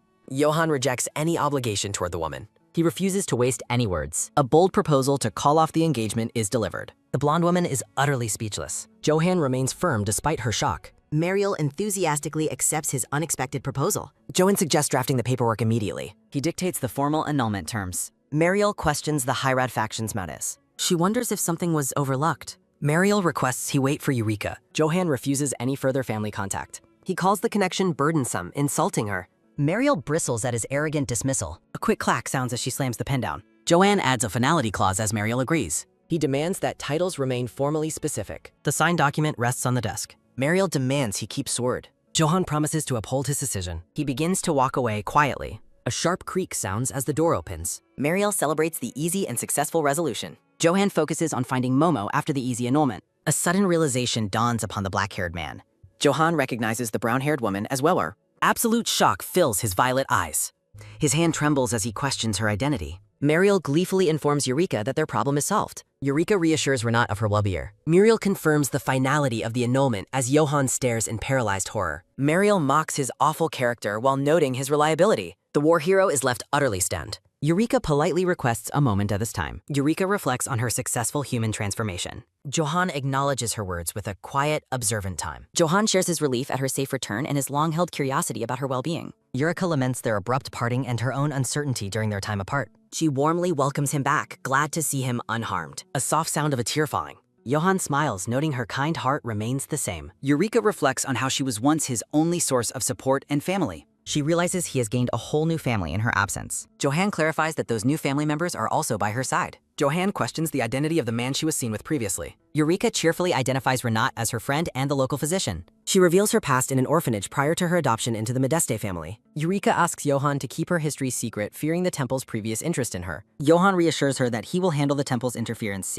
Eureka suddenly feels a wave of nausea and asks to summon Wadat. A sharp gasp escapes Johan. Johan cries out Momo in a panic as she disappears from her clothes. A confused squeak sounds as an oral squirrel suddenly sits within the empty dress. Muriel expresses her relief that the engagement was settled without any major conflict. She vents her frustrations about Johan's arrogance and worries for Eureka's safety. Renat asks if Eureka's earlier sickly appearance was a genuine sign of illness. Renat explains that the pallor was merely a side effect of a requested potion. Muriel is surprised by the drug's effectiveness. Renat mentions that Eureka's condition seemed to genuinely worsen after the dose. Mariel reacts with a shocked "What?" Renat begins to fret that he may have botched the medical prescription. Johan sits in bewildered silence beside the pile of empty clothing. Reverting to her animal form, the squirrel panics at the unexpected transformation. A soft rustle sounds. Eureka is horrified to find herself a squirrel again after 5 human years. She realizes the potion's magic-disrupting properties likely caused her to revert. The tiny creature looks up at the massive Ran. Johan wonders aloud why she's suddenly turned back into a squirrel. He notes how much she has grown while she makes the same observation about him. The squirrel fits snugly within the palms of Johan's much larger hands. She squeaks indignantly, trying to correct him that her name is Eureka, not Momo. Johan wonders if she wants to turn back while Eureka sighs at their lack of communication. Johan gazes tenderly at her. Eureka resolves to transform back into a human so they can finally talk. A warm glow begins to emanate from the squirrel. A shimmering light signals change. Eureka is relieved to find the potion's effect was only temporary. A sudden, sharp realization strikes the squirrel. She panics, realizing she will be naked upon returning to human form. Eureka frets over her lack of clothing in this tiny state. The squirrel leaps away as a confused Johan tries to understand. She screams internally, desperate to halt the transformation. Eureka suddenly reappears as a human, looking utterly mortified. A bright blush spreads across Johan's face as he turns away awkwardly. Eureka desperately clutches her dress, screaming for him not to look while blushing intensely. A sudden clatter rings out in the hallway as Renat and Mariel stop in their tracks, startled by the noise. Mariel urgently notes that the scream sounded like Eureka and asks if something could have happened to her. Footsteps thump rapidly as the pair races toward the room in a state of panic. A sharp knock sounds as Mariel desperately calls out for Eureka. Inside, Johan sits blushing while clutching Eureka's shoulder, both of them looking utterly stunned. Mariel begs her sister to hold on while Eureka frantically tells Johan to hurry up. Hands fumble nervously as they struggle with the intricate laces of her dress. Outside, the pair notes that both voices sound incredibly strange and that Lord Hyrod seems uncharacteristically flustered. Renat decides that they must enter immediately, regardless of manners, fearing a true emergency. A creak signals the door opening as Mariel prepares to face the scene. Bursting into the room, Renat announces their arrival as they rush to assist her. Both the gray-haired man and the blonde woman are frozen in complete shock by what they see. Eureka casually adjusts her hair and asks why they've suddenly barged in, while a mortified Johan hides his face. Eureka sighs in relief internally, feeling she nearly aged a decade from the fear of being exposed. Renat asks if they are all right since they look breathless, but Eureka lies and claims she was just enjoying the sunshine on the terrace. She laughs off their concern, reassuring them that her complexion has returned to normal. Eureka asks Renat for more of the pale complexion potion, prompting him to wonder why she needs so much. She vaguely explains that she might need it occasionally and thanks him for agreeing to prepare it. Now that her health is confirmed, Eureka politely asks them to leave so she can finish her discussion with Johan. Renat and Mariel stand dejected in the hallway after being dismissed so quickly. Renat observes that Johan actually looks like the one in worse health after the encounter. He suggests that the man might be the one in need of medical treatment instead. Johan remains dazed, fixated on the memory of Momo transforming back into a human right before his eyes. He struggles to process the fact that she returned to her human form while he was so close. A deep blush spreads across Johan's face as he averts his eyes, overwhelmed by the memory. Eureka places a gentle hand on his shoulder and calls his name to bring him back to the present. She apologizes for the shock of the sudden transformation, realizing it must have been quite intense for him. Eureka sheepishly admits she forgot how the process worked since it has been a long time since her last transformation. Johan asks for clarification on why she reverted to a squirrel earlier and what exactly happened. Eureka admits she isn't entirely certain of the cause, but she has a strong guess. She asks if Johan is willing to help her test her theory, and he immediately agrees. She mentions his upcoming victory celebration at the temple as the perfect opportunity. Eureka proposes that he take her along, hidden safely in his arms in her squirrel form.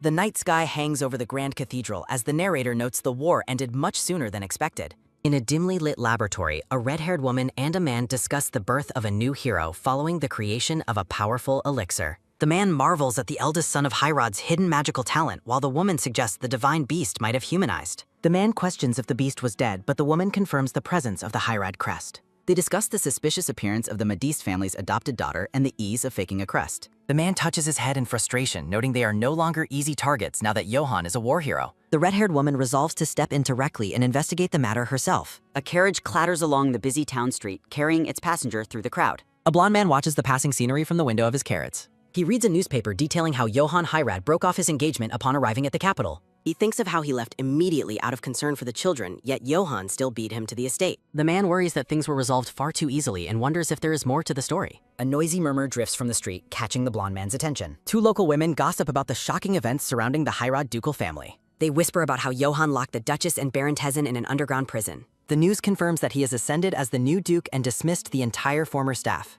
The blonde-haired man in the carriage thinks that Johan's treatment of his stepmother was cruel, regardless of her character, and reflects on the family's complexity. He reads a news report about Duke Hyrod requesting a victory celebration at the temple after previously refusing one, which the article notes as a contradiction. A close-up reveals his wide-eyed, shocked expression. He reads another article reporting that the Duke has been visiting Lady Eureka daily after their breakup, wondering what the reason for such unusual behavior could be. The blonde-haired man is visibly shocked and distressed, questioning if Johan is planning to reverse the engagement annulment. He gazes at a dark-haired man in a thought bubble, wondering if the engagement really wasn't annulled after all. He thinks about using magic to turn back time while lost in thought, until Eureka calls out his name to get his attention. Eureka admits she didn't realize he had refused all victory celebrations and apologizes for asking him to accompany her without a specific reason. A chibi-style panel shows Eureka apologizing for the trouble her request cost, but Johan dismisses it as being perfectly fine. Eureka worries that his actions will cause people to misunderstand him as someone who pokes at the temple, but Johan smiles gently and says he doesn't care. She wonders why there are so many strange rumors about such a kind person as Johan informs her that the victory celebration is scheduled for next month. Eureka plans to conduct more experiments with Renat's elixir before they attend the event and mentions another detail she needs to discuss. Johan explains that the imperial family has announced a victory banquet that will take place earlier than the temple's scheduled event. Eureka's wide pink eyes convey her shock. Johan notes that the crown prince wouldn't simply stand by and let things happen as a silhouette of a man in uniform appears behind a scale. Chibi Eureka explains that she advised Johan to accept the banquet invitation if the topic was raised. Johan starts to call her by her old name but quickly corrects himself to Eureka while looking slightly hesitant. Johan stares at her with a gentle expression while holding his tea. Johan looks away with a flustered blush. Eureka mentions that she is still deciding on her partner and has a short list of men she is familiar with. Johan freezes mid-sip, appearing deeply unsettled by her mention of being familiar with other men. A dark aura surrounds Johan as he asks with a forced smile who those familiar men could be. Eureka points directly at him and names him as her first candidate. Johan is stunned and questions if she means him, while Eureka enthusiastically confirms it. She explains that attending together would normalize the situation even if her sister and the prince are partners, strengthening her family's standing. She continues, noting that attending as the main guest's partner would provide further benefits. A silhouette depicts a couple making a grand entrance into a crowded ballroom. Johan looks serious as he realizes that his protection would make it difficult for the temple to deal with her. Eureka looks shaken as she recalls the hardships she faced because of the temple's actions. She frantically stops Johan from doing anything destructive, arguing they need to investigate the temple to find the full truth. Eureka sternly warns him not to even dream of acting out, and Johan quickly agrees to listen. Chibi Eureka watches him with a skeptical expression, wondering if he actually understands her warning.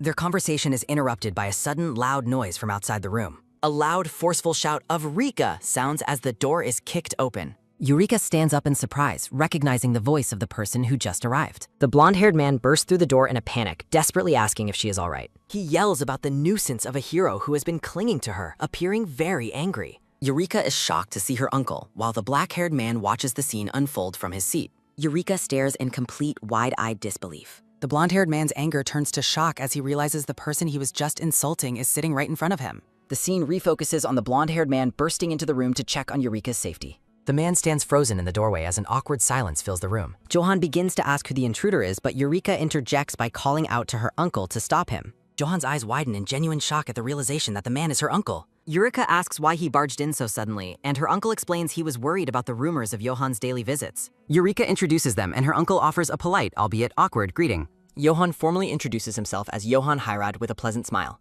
Jaden looks on in silent, stunned realization. He introduces himself as Jaden Albert while shaking Johan's hand, thinking the rumors about the man were very misleading. Jaden tries to address his earlier behavior and Johan dismisses it, acknowledging that the news reports might have caused misunderstandings. Johan thinks to himself that if he wants to even consider bringing up the topic of marriage again, he would really like to explain everything to her directly first. Johan calmly suggests that they should all sit down and have a conversation together before anything else happens. Jaden observes Johan and thinks that the man is actually much more normal and composed than he had expected him to be. Jaden sits down and asks the two of them if they had already known each other from a previous time. Eureka happily confirms this, explaining that Johan helped her out in a very significant way when she was much younger. She elaborates that they lost contact when Johan went off to war, so he was quite excited to finally reconnect with her when they met again. Jaden thanks Johan for helping Eureka in the past, and Johan humbly replies that he has also received a great deal of help from Eureka himself. Jaden admits that knowing they already share a connection puts him at ease, though his expression remains somewhat guarded. Jaden taps the table with a quick, rhythmic tap and asks if he might inquire about what was recently reported in the newspapers. He explains that he loves his nieces and nephews dearly and simply wants to clear up any rumors or information that is currently bothering him. Johan tells him to feel free to ask anything he wants while Eureka watches the exchange with a nervous, wide-eyed expression. Jaden points to a report and asks if the claim about Johan canceling the victory ceremony and then suddenly changing his mind is actually true. Eureka is visibly startled and shouts out that the change in plans was entirely because of her. A chibi version of Eureka in her squirrel form panics, thinking she absolutely cannot reveal the truth about being a divine beast in this moment. Johan explains that he made the request to reinstate the event to honor the hard work and sacrifice of the soldiers, and Eureka thinks he is handling the questions very well. Jaden considers the explanation for a moment and decides that the reason given makes perfect sense. Eureka's eyes widen as she notices another specific article and points it out to the two men. The newspaper headline states that Duke Heirad imprisoned his stepmother and half-sibling in a dungeon, and Johan looks on with a cold, serious gaze. The three of them remain seated around the tea table, the atmosphere growing more serious as they discuss the family scandals. Jaden notes that dismissed servants claimed the Duchess provided Eureka with medical care, but Eureka's painful memories reveal that the treatment was actually a form of torment. Eureka gently calls out to her uncle to get his attention and steer the conversation. She tells him that family matters are something only those involved can truly understand, and asks him to judge Johan by his own experiences rather than by rumors. Eureka insists that Johan is a good person and much kinder than the articles portray him, causing Johan to look at her with a touched, grateful expression. Jaden watches Eureka's face closely, taking in the sincerity and conviction in her eyes as she defends the Duke. Johan thanks Eureka for her support, and Jaden privately concludes that seeing him in person makes the Duke seem like a decent and respectable man. Jaden offers another apology for acting rudely based on rumors, and Johan tells him it is fine and that he is grateful for the chance to explain. Jaden suggests they put the matter to rest, but as he moves his papers, Johan's attention is caught by something else on the table. Johan points to a specific book and asks what it is, and Jaden realizes he is looking at something personal. Jaden explains that it is a scrapbook filled with articles featuring Mariel and Eureka that he has kept over the years. In a chibi-style panel, Jaden excitedly asks Johan if he would like to take a look at the little Eureka scrapbook, and Johan leans in with curiosity. Jaden points out an article from the first time Eureka visited an orphanage, and Eureka is relieved to see the two men bonding over the book. Eureka notices a different, separate news sheet sitting on the table and looks at it curiously. She asks her uncle what the document is, and Jaden explains it is a news sheet from the Eastern region that he brought along just in case. He adds that the news contained on that sheet has not yet been published in the capital newspapers. The document details the engagement of Prince Theodore, who reportedly fell in love at first sight with a woman named Ravina Sevs from an emerging noble family. Eureka is completely frozen in shock as she reads the name of Prince Theodore's new fiancé. She recalls that Theodore was the ambitious half-brother of the crown prince who eventually betrayed Johan in the original version of the story. Eureka's eyes are wide with alarm as she thinks that she has never heard of Ravina Sevs before and wonders if this was even part of the original narrative.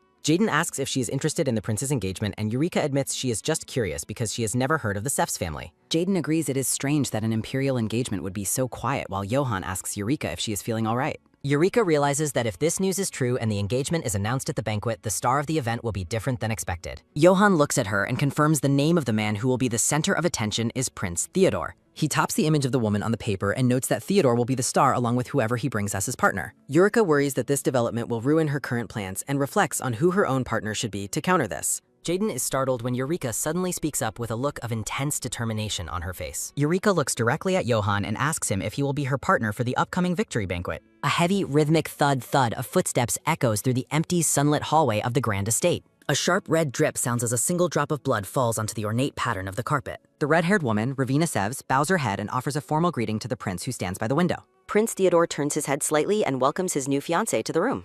Johan asks if she brought the divine beast squirrel. The pair strolls to the Berber. Eureka suggests that arriving as partners will cause gossip. She contrasts his war hero status with her orphan background. Johan suggests preparing a fake backstory for their Rito. The black-haired man whispers her name with deep affection. Johan worries she only sees him as a friend. He fears a political marriage would prevent romantic feelings. A detailed view of an ornate brooch. Johan asks Eureka how she feels about his plan. He holds her hand while mentioning breaking his engagement. Johan confesses that he fell in love at first sight. Eureka stares back in wide-eyed shock. He explains his daily visits were driven by love. Eureka calls his name in disbelief. Eureka loves the cover story, but Johan realizes she doesn't believe his feelings. Eureka suggests claiming they are lovers considering an engagement. Johan blushes and asks if they could simply get maged. Eureka laughs and insists they wait for better timing. Eureka walks away satisfied while Johan follows in silence. Johan watches her with a pensive look. He resolves to spend more time winning her heart. The grand manor stands against the sky.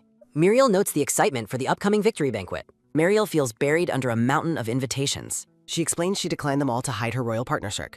Eureka agrees that keeping their romance quiet is wise. A note confirms she gave her heart. Mariel imagines the harsh public criticism they might face. Eureka agrees that avoiding social parties is best. Eureka asks her sister if she is truly staying. Mariel says she has reasons but encourages Eureka to socialize. Eureka cheerfully states that she has Johan as a friend. Mariel remains suspicious of the Duke's intense, beastly gaze. A sharp talk sounds as the cup is placed. Eureka jokingly reminds her sister that she is actually a beast. Mariel panics and argues that cute squirrels aren't beasts. Eureka smiles warmly at her sister's reaction. Eureka reflects on being an animal living in human form. She worries about having to leave if the real Eureka returns. She gazes at her hidden reflection. Eureka tells her sister she has an appointment. Eureka promises to return after her secret tasks. Footsteps echo through the quiet city streets. Cloaked in shadow, she monitors the temple's suspicious activities. A heavy creak sounds as the door opens. She arrives at the headquarters of the Hisrineld. Eureka lowers her hood and greets the guild members. Lean, the blue-haired guild leader, welcomes the lady. Lean notes the perfect timing of her visit while Eureka orders tea. At their meeting place, the blue-haired guild leader, Lean, asks what news she was meant to receive before reporting that malicious rumors are being spread about the lady. In a dramatic silhouette, Lean details how the gossip labels the lady a spoiled adopted daughter and a cunning orphan who tricked Mariel. Lean reveals the source of these dark claims is Count Siev's household located in the eastern region. Eureka's eyes narrow as she admits she suspected them immediately and worries if they have discovered the truth about her actual identity. Sitting across from Lean, Eureka decides they must monitor the situation closely for temple involvement while letting the enemies move freely for now. As a servant brings tea to the table, Lean shifts the subject to address a more personal concern with the lady. Lean looks directly at her and warns that attending the victory banquet as the Duke's partner requires extreme caution. Lean explains that mages are cunning and obsessed with sincerity, causing Eureka to pff as she sprays her tea in shock. In a playful moment, Eureka argues she is no longer a child, though Lean insists she still looks completely adorable and cute. Smiling warmly, Eureka defends Johann by stating that despite how other mages act, he is a genuinely kind and good person. Eureka stands up to leave for an evening appointment as Lean asks why she is departing so quickly. Eureka promises to keep in touch as a rhythmic tack-tack sounds from her footsteps, while Lean calls out a final reminder to be careful. Lean watches the empty space where Eureka was standing, her expression filled with lingering worry. Walking through the city streets, Eureka thinks about how well things have gone so far while hoping nothing goes wrong during the upcoming banquet. The Grand Imperial Palace stands illuminated against the bright sky, ready for the evening's festivities. Inside the ballroom, the atmosphere is electric as dozens of noble couples dance under the massive chandeliers. Guests whisper excitedly about the return of Prince Theodore Roulet from his period of recuperation in the East. Standing tall with a glass of champagne, Prince Theodore Roulet is noted for looking far healthier than he did previously. The crowd turns their attention to the red-haired woman by the prince's side, wondering about her mysterious background and her obvious favor from His Highness. Theodore leans in to tell his red-haired partner that since his engagement is at stake, he expects a fruitful result from their arrangement. Ravina smiles back at him and promises to handle her responsibilities with care and gratitude. Drinking his champagne, Theodore claims he will handle any delays swiftly and reflects on his secret life as a mage being a fair exchange for the temple's help. Ravina recalls how keeping Theodore's mage nature's secret prevented him from being sent to the war, allowing the temple to maintain influence over the crown. Theodore notes that the calming potions provided by the temple have removed the need for mages to visit the holy site personally. Ravina wonders how many times he will mention the creature before asking if there is truly a difference between the potions and a divine beast. Looking at a golden vision of a squirrel, Theodore insists the first blessing he received from that specific divine beast was uniquely powerful. Ravina realizes the prince is surprisingly perceptive and knows the squirrel was a beast infused with the magic of Duke Medest. Theodore gazes into the distance, wishing he could experience the sensation of the divine beast's blessing just one more time. A heavy thud-thud echoes through the hall, drawing the attention of both the prince and his fiancée toward the entrance. The herald announces the arrival of Duke Johann Haylard and Lady Eureka Medest as they step into the bright light of the ballroom. Looking around at the massive crowd, Eureka notes that nearly every noble family has gathered for this first post-war victory celebration. Eureka is startled when she overhears guests nearby complaining that her presence is an act of excessive extravagance. Other guests gossip loudly, claiming the rumors about the adopted daughter not knowing her place must be true. Eureka's eyes sharpen as she realizes the malicious rumors have already begun to spread the moment she arrived. A brief moment of quiet follows as flowers frame the tension in the air. Clad in her dark red gown, Eureka decides she will live up to their expectations by acting as extravagantly and rudely as the rumors claim. Johann stands silently by her side, though his mind seems occupied by a different, unsettling thought. Johann asks if she is all right, while a chibi Eureka panics internally about potentially harming his reputation at his very first banquet. Eureka tells him she is grateful he agreed to be her partner and promises she will make it seem like he rejected her later to save his name. Johann looks at her with deep affection, stating the honor is his and thinking how fortunate he is that chose him. Johann's pensive look returns as he remembers a warning he received earlier about things not being as simple as they seem. His blue-haired aide had explained that just finding someone to like isn't the end of the story, as love always involves conflict. The aide warned him that at a ball full of young nobles, there is a high risk that others will fall for Eureka as well. Johann's expression turns troubled as he realizes he will likely meet many rivals for her heart in a place like this. Back in the present, Eureka notices his distraction and asks if he is feeling unwell, but he quickly dismisses her concern. With a sudden protective movement, Johann pulls her closer and tells her to stay right by his side as he resolves to be more vigilant. As they walk, Eureka asks if he is nervous, and he admits it might be true while asking if he can lean on her for support. From across the room, Prince Theodore watches their close interaction with a silent, calculating gaze. The king stands before the assembly and begins a formal speech about the great debt the empire owes to the brilliant Duke Johann Haylard. As Johann is called to the stage, he laments that he has already been separated from Eureka and wonders why the speech must happen now. Eureka realizes she will be left on her own for a while as the Duke's romantic speech continues at length. She listens skeptically as the Emperor's speech highlights the Duke's respect for life after sparing his half-brother. Eureka drifts away from the crowd while other nobles watch her pensive departure. She is startled when she overhears malicious whispers labeling her a fake noble and an orphan. Noblewomen mock her for appearing more extravagant than Mariel, while predicting she will be cast out once the Duchess recovers. A subtle, knowing smile plays on Eureka's lips despite the surrounding insults. She admires the details of her dark red gown while deciding this is the perfect opportunity to start her plan. The pink-haired Lady Eladri is stopped in her tracks by a sudden, firm presence. Eureka confronts the group, noting they have been talking about her, which causes Lady Eladri to call her rude for eavesdropping. Eureka smiles warmly while pointing out that their loud gossiping was the real rudeness in the room. Eureka claims that Duke Haylard is deeply infatuated with her, causing Lady Eladri to cry out in shock. She asks how the lady will explain her behavior once Eureka eventually becomes the Duchess of Haylard. Furious, Lady Eladri asks if Eureka truly thinks she can be intimidated by such baseless threats. A sudden splash echoes through the hall as Lady Eladri throws her champagne directly at Eureka. The crowd watches in stunned silence as a mess is made on the ballroom floor. Lady Eladri screams about a fake ruining her dress until a red-haired woman offers a calm greeting. Ravina Sebes introduces herself politely to the gathered intense group of nobles. Ravina scolds them for causing a commotion during the Emperor's speech, while Eureka thinks the lady approached exactly as planned. Ravina suggests resolving the matter silently to preserve the joyous occasion. As a token of goodwill, Ravina offers a fresh glass of champagne to the lady. Eureka stares at the offered glass with wide, suspicious eyes. She worries that the drink might be dangerous if Ravina is truly connected to the temple. Eureka thanks her for mediating but decides not to take any unnecessary risks. In a clever move, Eureka offers the champagne to Lady Eladri instead as a gesture of gratitude. Lady Eladri hesitates and stammers, clearly caught off guard by the request. Eureka thinks her point has been made and begins to turn away from the scene. A sudden, huh? Escapes Eureka's lips as someone approaches her from behind. Prince Theodore stands beside her, looking tall and imposing in his ornate military attire. Lady Eladri and her companion bow deeply, greeting His Highness in a sudden panic. Theodore tells the assembly that they shouldn't cause a commotion on such a good day. He insists they focus on the Emperor's speech while Eureka wonders why the prince is stepping in personally. Theodore suggests putting the matter to rest as Eureka wonders if he is being used by Ravina. With a sudden movement, Theodore takes the champagne glass from Eureka's hand. Their fingers briefly brush against each other as the glass is exchanged. A sharp flinch ripples through the prince as he reacts to the contact with the lady. Theodore stares at Eureka with a look of profound recognition and shock. Eureka worries that the prince and Ravina are in on a plan together and feels there is nothing she can do. Bowing her head, Eureka thanks him for his mediation and prepares to retreat for the moment. A sudden firm thud echoes as Theodore catches her hand to prevent her from leaving. Theodore looks her directly in the eye and asks for her name. After she identifies herself as Eureka Modeste, she wonders if the prince intentionally brushed against her earlier. Theodore studies her face closely and asks if they have met before. Chibi Eureka is internally bewildered by what she considers a very third-rate pickup line. Theodore remains pensive as he watches the lady's confused reaction. He eventually dismisses his own question, telling her never mind if she doesn't remember. Theodore walks away with Ravina, telling Eureka they should talk again later. Eureka stands in the middle of the ballroom, completely baffled by the interaction. Her eyes widen as a terrifying possibility suddenly strikes her. Chibi Eureka panics, wondering if seducing her is actually part of their grand plan. A low murmur sounds through the hall as the ceremony continues with Johann kneeling on the red carpet. Close up on Johann's contemplative face. Johann wonders if Theodore knows Eureka. Ancient pact restricts magic against realty. Johann vows to remain highly cautious. The banquet's opening speech finally concludes. Eureka starts moving through the crowd. Eureka runs toward Johann, calling him. Johann is startled by her hug. Eureka claims being apart was unbearable.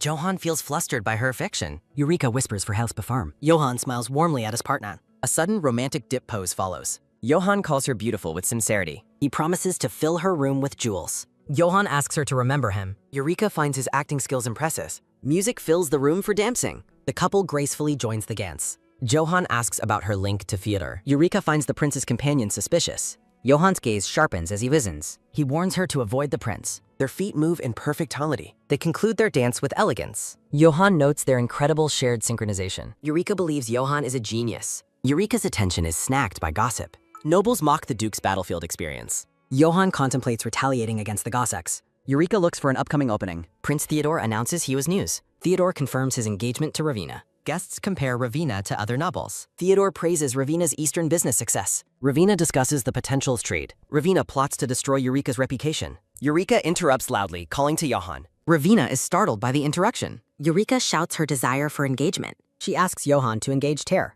A sudden, loud call interrupts everything. Ravina is confused and unseen. Eureka demands an engagement right now. Whispers fill the room about Eureka. Ravina is furious at the interruption. Ravina realizes Eureka stole the spotlight. Ravina senses Eureka's deep-seated wariness. Johann agrees to Eureka's bold request.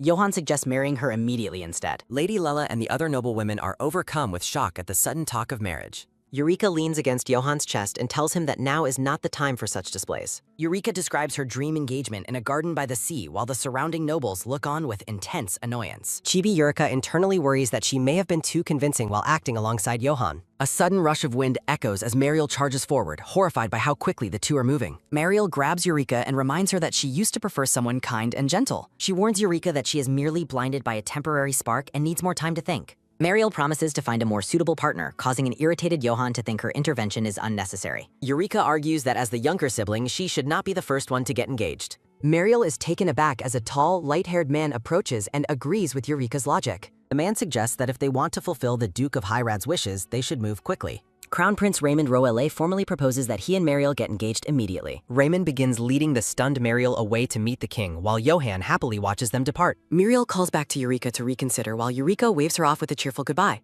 Eureka is delighted that the focus of the banquet has successfully shifted toward Mariel's engagement. The surrounding nobles begin gossiping about how serious the two couples seemed about each other. A subtle, calculating look enters Eureka's eyes as she realizes her plan is working perfectly. Prince Theodore and Ravina stand in the background, their own engagement news completely overshadowed by the commotion. Eureka wonders if she should finally seal the deal and conclude her current scheme. Eureka calls out to Johan, who turns toward her with a look of surprise. Eureka asks Johan to prepare a specific engagement gift for her before anything else. Johan is completely captivated by her adorable request and feels his heart race. Johan leans in close and promises to do anything for her, leaving Eureka flustered by the proximity. Eureka loudly mentions that she has heard great things about the quality of artificial leather. She notes that modern artificial leather is ethical and indistinguishable from the real thing. Eureka claims her family's legend of being beastkin makes it impossible for her to use products made by harming animals. She expresses relief that an alternative exists while the other nobles listen with growing interest. Eureka smirks, knowing that using real leather now makes the other socialites look arrogant and cruel compared to her. A sudden rhythmic click of heels sounds as someone approaches the gathered crowd. Eureka's blonde-haired uncle arrives at the banquet and is greeted warmly by his niece. He displays a pair of high-quality artificial leather gloves, claiming they are almost perfect replicas. Theodore and Ravina watch the demonstration in a tense, brooding silence. Theodore asks about their stock, while Ravina reveals they have already bought up all the real leather in the East. The group realizes that Ravina's plan to profit from a leather monopoly has been ruined by this new alternative. Johan remains standing alone by the ballroom doors, keeping a watchful eye on the entire assembly. Eureka and her uncle lean over a railing together, discussing how perfectly their move played out. Eureka looks out at the ballroom with a satisfied smile, noting things went exactly as predicted. A flashback shows Eureka meeting with a blue-haired guild member to learn about the Sevs family's leather hoard. Eureka explains that despite her uncle not being a major noble, he is a very successful merchant. She notes that her uncle is influential enough to sway the opinions of the general public. Chibi Eureka gloats over ruining the plan to use leather wealth to dominate the social circles. The uncle warns Eureka that he will be watching her next moves very closely. He advises her not to let the baseless chatter of the socialites bother her too much. He reassures her that the gossip will eventually die down when it's on. Eureka admits to herself that she is indeed very lucky to have such support. Her uncle becomes flustered as Eureka continues her honest and humble assessment. Eureka looks out at the night sky, thinking about how she is technically standing in someone else's place. A look of sudden shock and realization ripples across Eureka's face. Her uncle calls out her name gently, sensing her momentary distraction. He tells her that while they call her Eureka for convenience, he has never considered her a mere stand-in. Eureka's hands tremble against her dark red lace dress. A thought bubble reflects on being liked for who she truly is. Eureka gazes out from the balcony with a wide-eyed, stunned expression. From off-screen, a voice offers to take action if she simply gives the command. Johan looks down at Eureka as they stand together in the moonlight. He gently asks if she would prefer to go by a different name.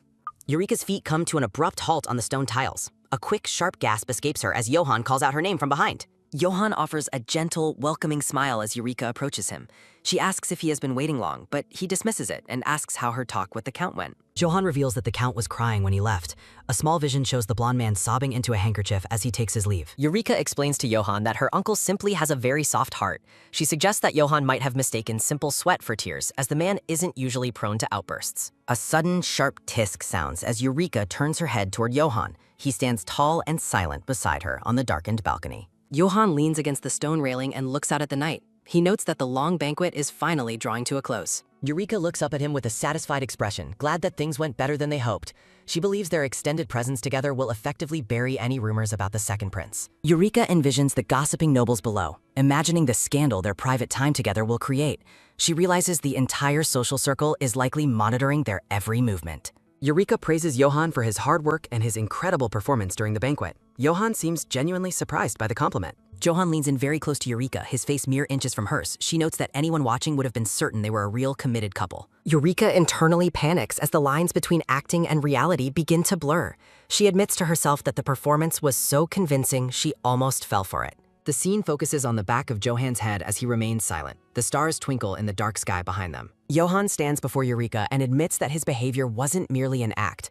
A soft, quiet hush falls over the balcony as he reveals his sincerity. A sudden cold whoosh of wind causes Eureka to shiver. Johan notices her discomfort and suggests they move, leaving her confused about what he just said. Johan's hand reaches out as a soft rustle sounds. He begins to take off his heavy, decorated coat to offer it to her. Johan drapes his coat over Eureka's shoulders, causing her to let out a surprised gasp. He stands close, his hands lingering on the fabric near her neck. Johan looks directly at Eureka and repeats that he was happy to help her. He firmly reiterates that the feelings he displayed were completely genuine. Eureka stares at him in wide-eyed shock, her face turning pale. Johan confirms that he meant every single word he said to her throughout the day. A deep blush spreads across Eureka's cheeks as she looks away in embarrassment. Johan asks if she is cold and suggests heading back inside, to which she stammers in agreement. A sudden sharp stop sounds as Eureka freezes in place. She looks down over the edge of the balcony with a startled expression. Close up on Eureka's dilated pink eyes as she focuses intently on something. She wonders if she is actually hearing voices coming from below. From their vantage point, Johan and Eureka spot Prince Theodore and Lady Sevs talking in a secluded area below. Eureka is shocked to see the two together at this late hour. Eureka whispers urgently to Johan, pointing out the suspicious pair. She wonders why they would sneak away together before the end of the royal banquet. As they watch the two below, Eureka realizes that Theodore and Lady Sevs have nothing to gain from being the center of gossip. She notes that their secrecy is a deliberate move to avoid attention. Eureka's eyes light up with excitement at the chance to uncover their secret plans. Johan looks at her with a concerned expression, sensing her impulsive energy. A chibi version of Johan worries about what Eureka is planning. He fears she is about to suggest something dangerous or outlandish. Eureka announces her intention to use the specific infiltration method they had previously agreed upon. The air around her seems to spark with renewed energy. Eureka's red and black dress lies abandoned on a plush red chair. Johan's voice echoes through the room, questioning if she is truly certain about this plan. Johan sits on a sofa looking downcast and worried. He warns Eureka that there is a high risk that the prince or Lady Sevs might recognize her. Johan holds a small orange squirrel in his palm while giving it strict instructions. The squirrel, Eureka in her animal form, lets out a loud squeak and tells him to stop nagging her. With a quick jump, the tiny squirrel leaps from Johan's hand. A sharp, bright snap sounds as she lands on the floor to begin her mission. The squirrel stands on her hind legs and repeats Johan's instructions with an annoyed huff. She insists that he has already drilled the plan into her ears enough times. Johan watches her go with a soft, affectionate smile playing on his lips. His gaze is warm as he follows her tiny movements. Close up on Johan's mouth as he speaks softly to the departing squirrel. He expresses regret that he cannot accompany her on this part of the journey. Johan lifts the squirrel back up and presses it gently against his face. A soft, affectionate sound echoes as he tells her he will wait right here for her return. The squirrel looks back at him with big, shiny eyes before scurrying off.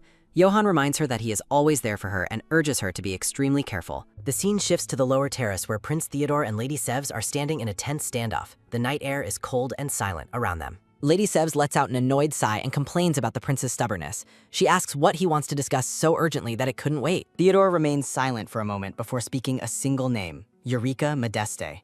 Lady Sevs freezes, her eyes widening in surprise. Theodore questions her about the Modeste's adopted daughter, noting that Lady Sevs previously asked for help to remove her.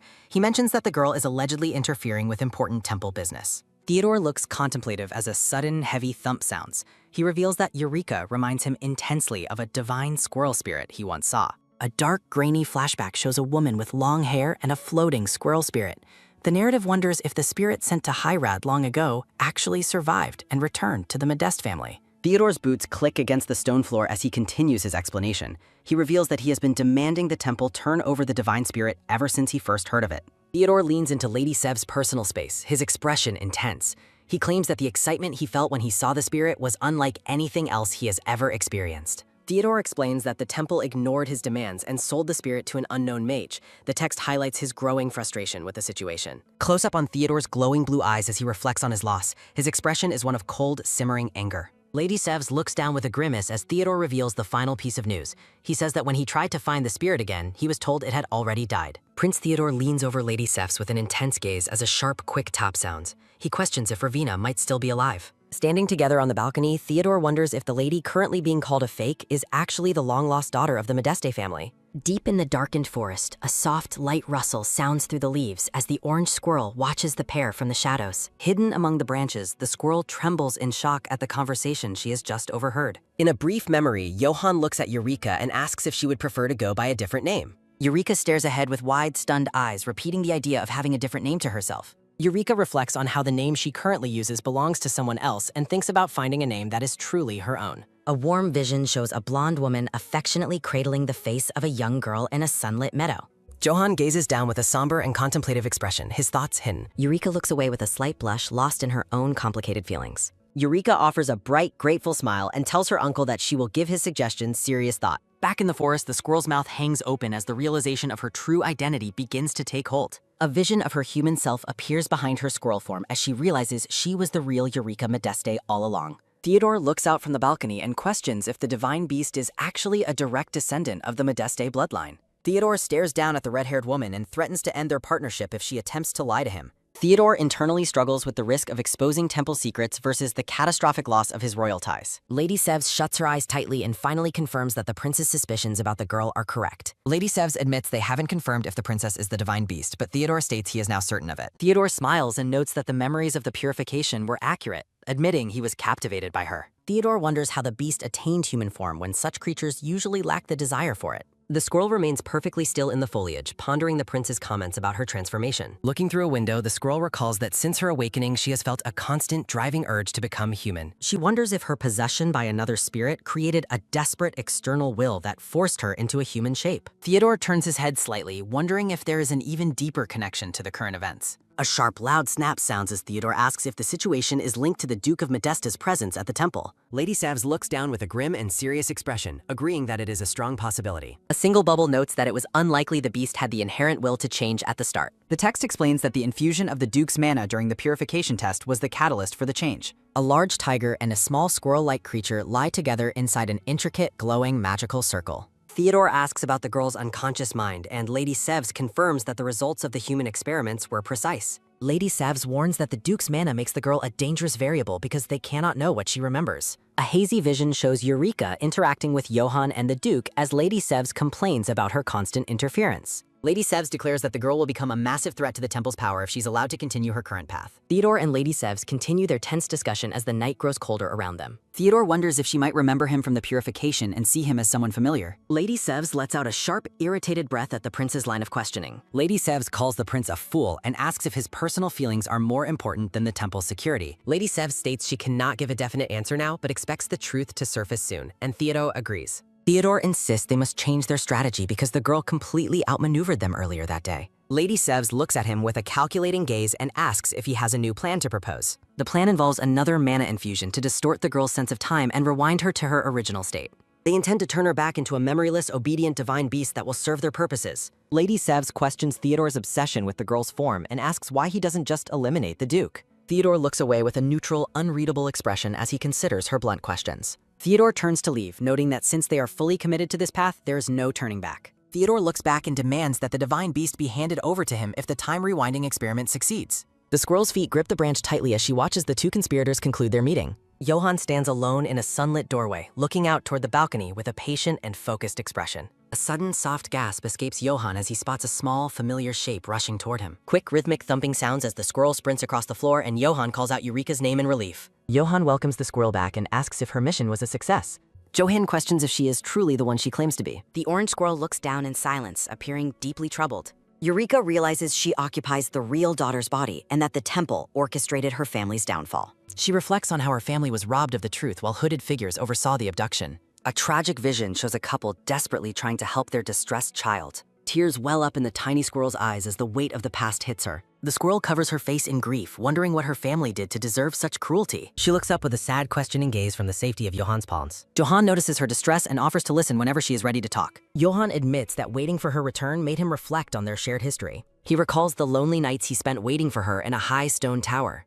Johann explains that his original intent was to stabilize her power, but his feelings changed over time. He confesses that eventually he began waiting for her simply because of who she is. Johann tells the squirrel that she is a precious person who helped him endure everything. Johann gazes down with a gentle smile, expressing his relief at her safe return. The squirrel lets out a soft sound, echoing his sentiment of shared affection.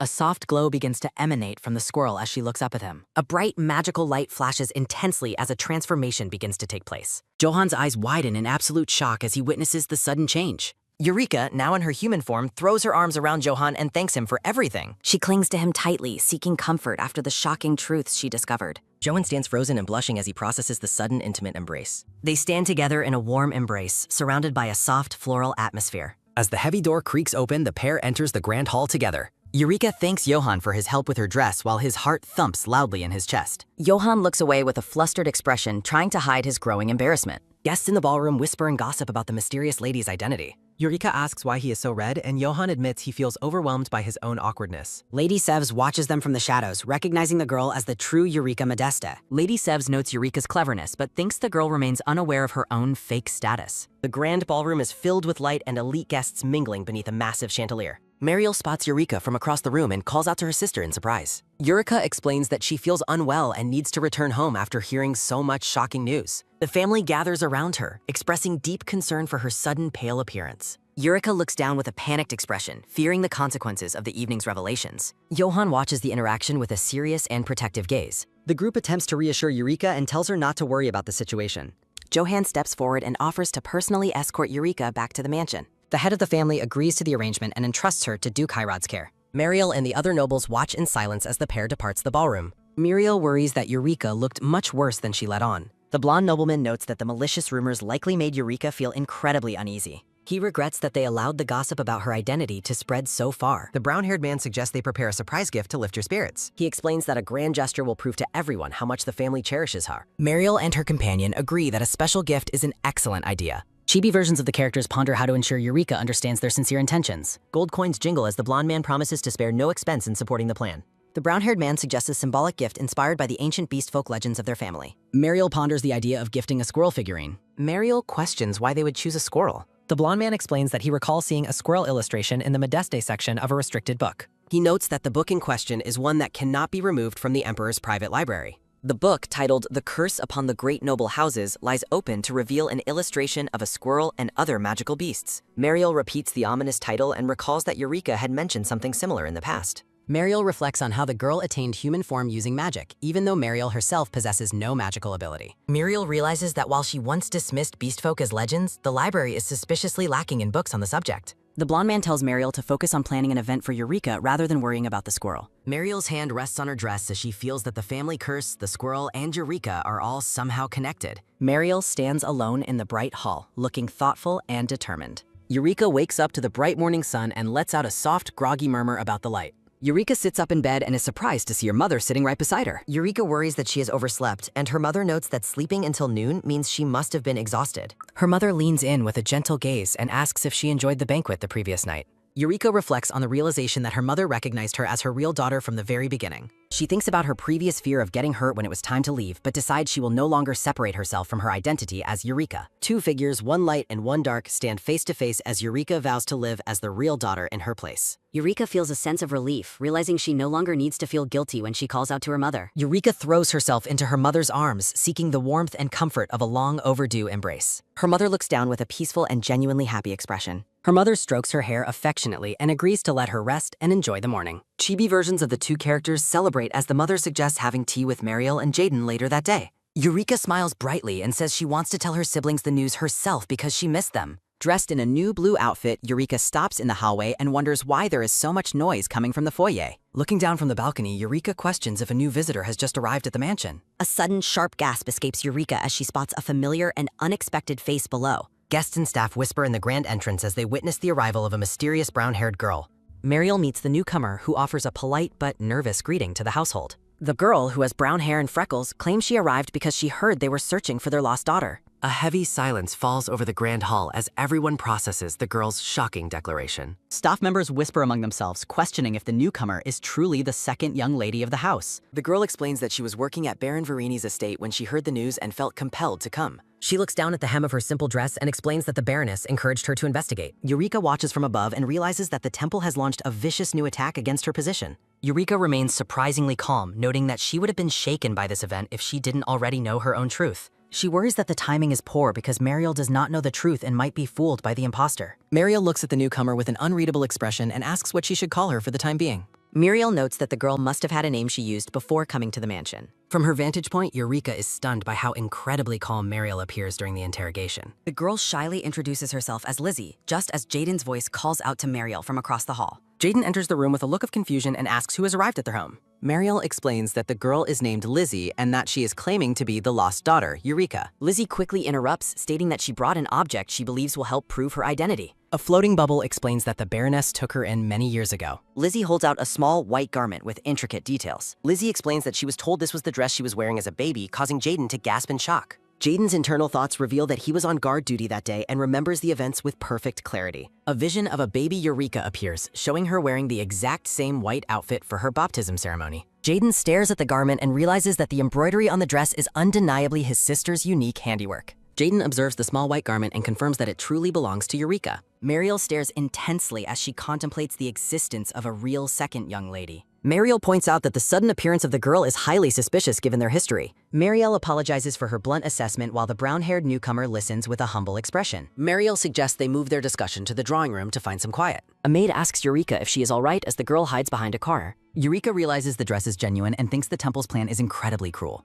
In the shadows, Eureka worries that without proof, she will be labeled as a troublemaking fake. Eureka tells the maid to keep her presence a secret while reflecting on the temple's desperation. A jagged bubble signals Eureka's intent to watch the temple's next move. The group walks down the sun-drenched hallway toward the drawing room. Jaden remains silent, lost in thought as he follows the others. Eureka finds Mariel's calm reaction unexpected and wonders if they share the same concerns. A chibi Jaden pensive thought appears while Eureka's wide pink eyes reflect her shock. The blonde mother enters the hall and calls out to her daughter, Mariel. The mother asks about the identity of the newcomer, prompting a sharp reaction from Lizzie. Mariel grows frantic, fearing the mother will suffer another collapse if she mistakes the imposter for Eureka. The mother clasps her hands in prayer, thanking God for the girl's safe return. Lizzie looks up with hope, asking if the mother finally recognizes her true identity. The mother clarifies that she is thanking the girl for returning her daughter's dress. Jaden interrupts to ask Mariel if she remembers the white garment the girl brought. The mother warmly recalls the baptism dress, noting that she hand-embroidered the intricate details herself. The mother offers a reward, but Lizzie insists she wore the dress when she was a baby. The mother stands perfectly still, repeating the girl's claim in a skeptical low tone.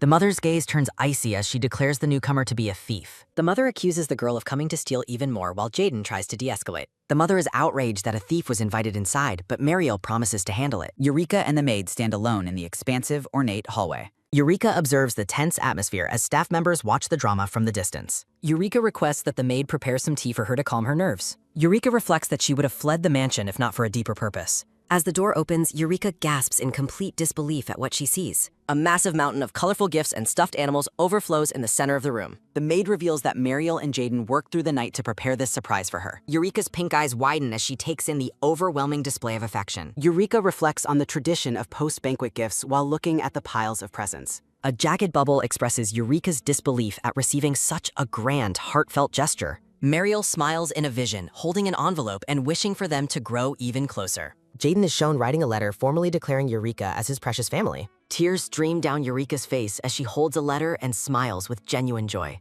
Eureka sits quietly on the floor, surrounded by the gifts and the warmth of her family. Eureka vows to never forgive those who would exploit such kindness by sending a fake. Mariel stands at the closed door and calls out to Eureka, announcing her arrival. Eureka turns her head, her face wet with tears as she hears her sister's voice. Eureka's cheeks are flushed pink as she tries to compose herself for the meeting.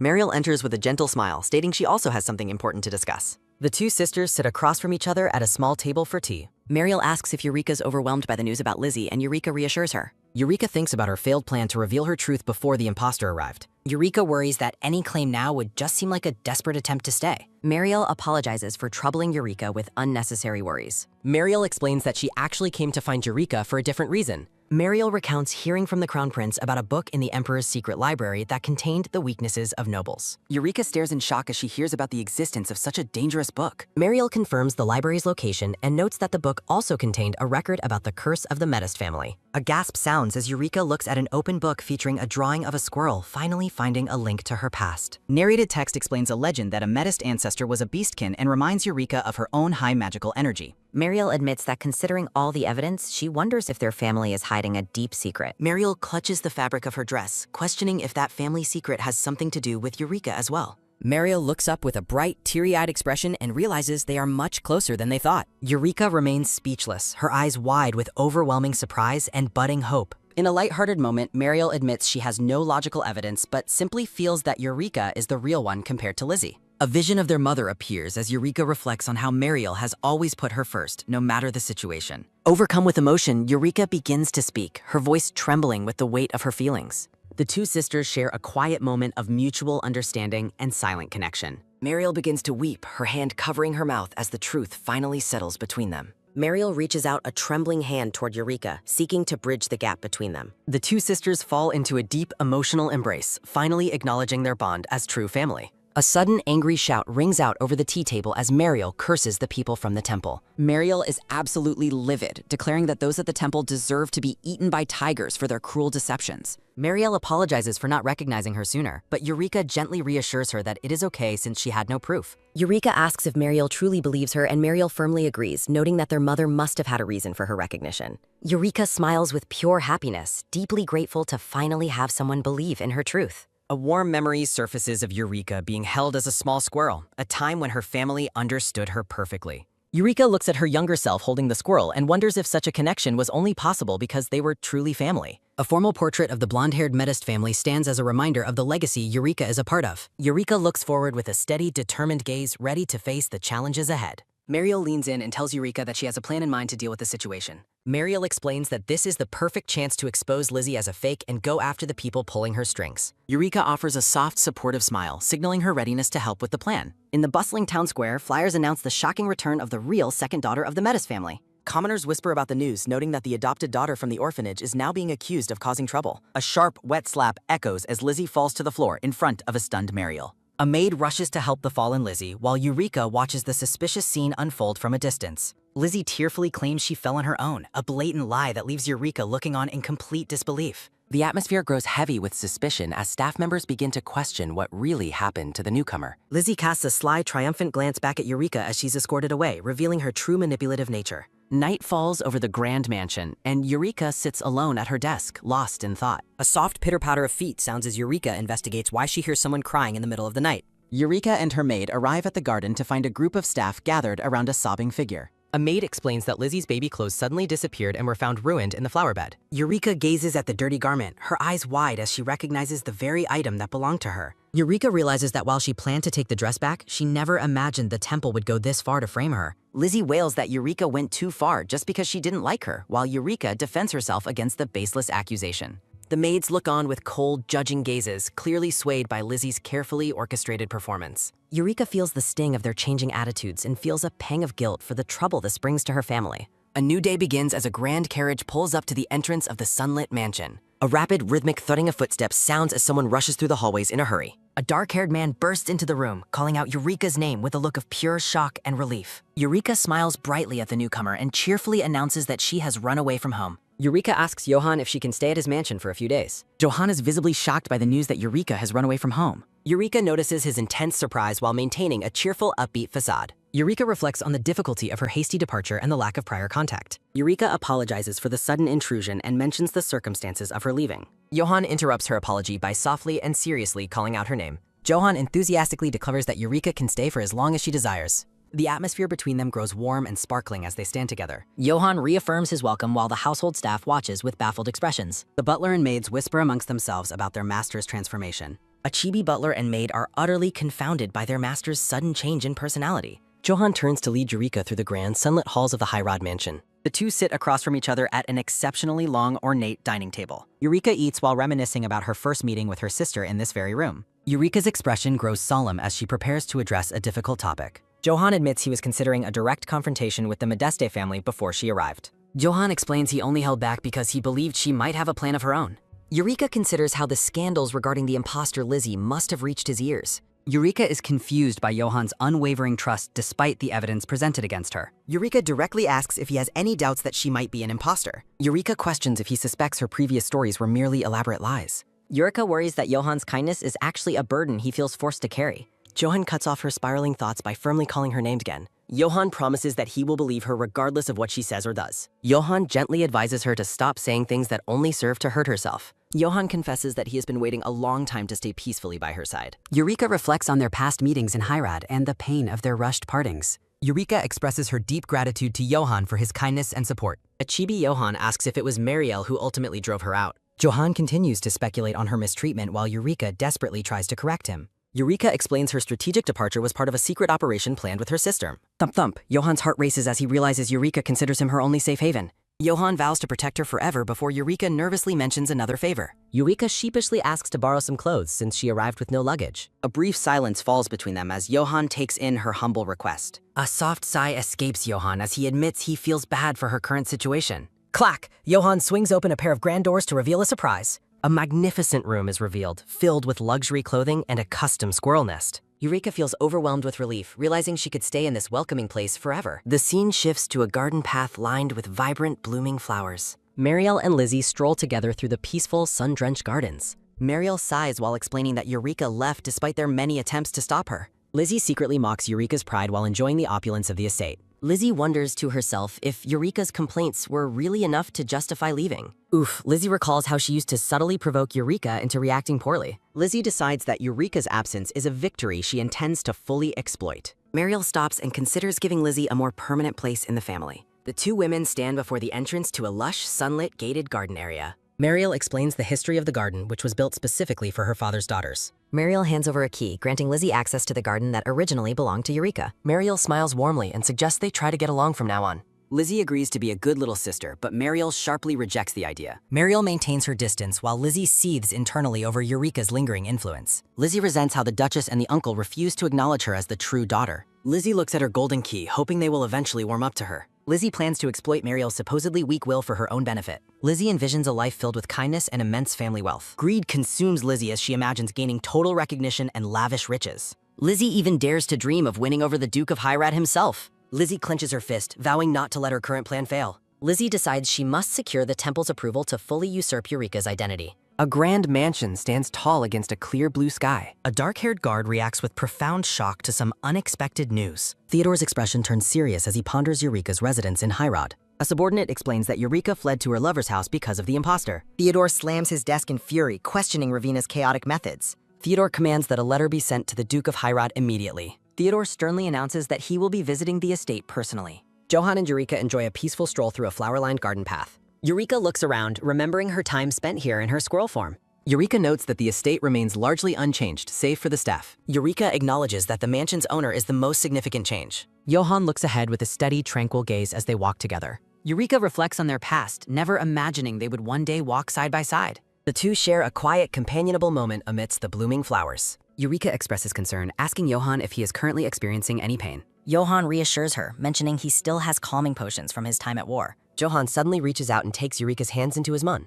Eureka flinches slightly at the sudden, intimate contact with Johan's hands. Johan explains that her human form still provides a faint, calming effect. Eureka is amazed and slightly embarrassed that she can still calm him in human form. Eureka realizes Theodore must have identified her as a divine beast through physical contact. Eureka recalls reading that stronger calming effects require even deeper physical contact. Johan admits their current level of contact only has a minor effect on him. Eureka asks why Johan isn't taking his calming potions if he truly needs them. Johan remains silent, looking at Eureka with a gaze full of unspoken meaning. Eureka suspects the temple may be attempting to harm Johan with their potions. A dark thought occurs that the temple might lace the medicines with poison. Several potion bottles sit on a table, one glowing with an ominous light. Contaminated supplies are distributed to Hyrod to carry out a hidden plot. Eureka feels guilty for bringing trouble to Johan, but he gently interrupts her. Johan reveals he was already planning to destroy the temple once the war ended. Johan recounts how the temple tried to control him with horrific drugs. A look of cold, intense resolve settles over Johan's purple eyes. Eureka watches Johan's display of determination with a mixture of surprise and worry. Johan softly notes that he hasn't forgotten the help Eureka gave him either. Johan pulls Eureka into a tight embrace, vowing to never let her go again. Johan looks down at Eureka, who calls out his name in surprise. Johan playfully minimizes his pain, claiming he has grown stronger since they were young. Eureka holds Johan's hands and promises to help calm him whenever they are together. Johan smiles gently at the brown-haired woman, saying he will be counting on her from now on. Three servants whisper amongst themselves, questioning if the rumors about the fake noble lady being a fox were true.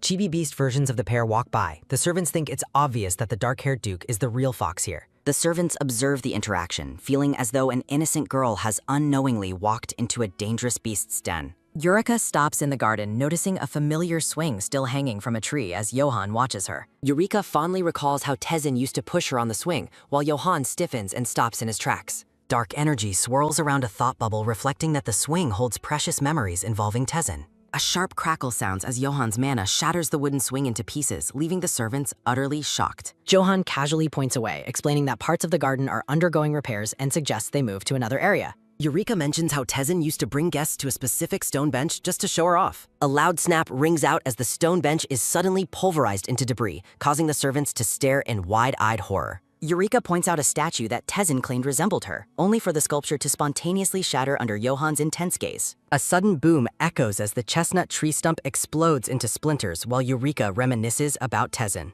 Eureka begins to mention another spot associated with Tezen before a violent crackling sound echoes through the air. The servants panic, screaming that it will be a complete disaster if the Duke and this lady don't end up together. A heavy thud sounds as a desperate plea for someone to ensure nothing comes between the couple goes out. Johan and Eureka stand together in a grand hall as the sun sets outside the large windows. A silver-haired man greets them, calling Lady Modeste's arrival a pleasant surprise as he gestures with a smile. Eureka and Johan react with surprise. Eureka asks the Highness what could have brought him to the Heirat estate. The prince explains he came to see Eureka personally, mentioning she left quite an impression on him during the banquet. Johan tells the prince that it would be best if he refrained from saying such things in front of her lover. The prince ignores him, telling Eureka that if staying at her house was difficult, she could have come to the royal palace. Eureka retorts that his fiancée would surely be displeased if she were to stay as his guest at the palace. The silver-haired prince touches his chin thoughtfully, claiming that the engagement in question was actually fake all along. A simple text panel confirms that the engagement mentioned was a complete fabrication. The prince suggests that their relationship is a sham, just like how Johan and Eureka are pretending to be lovers.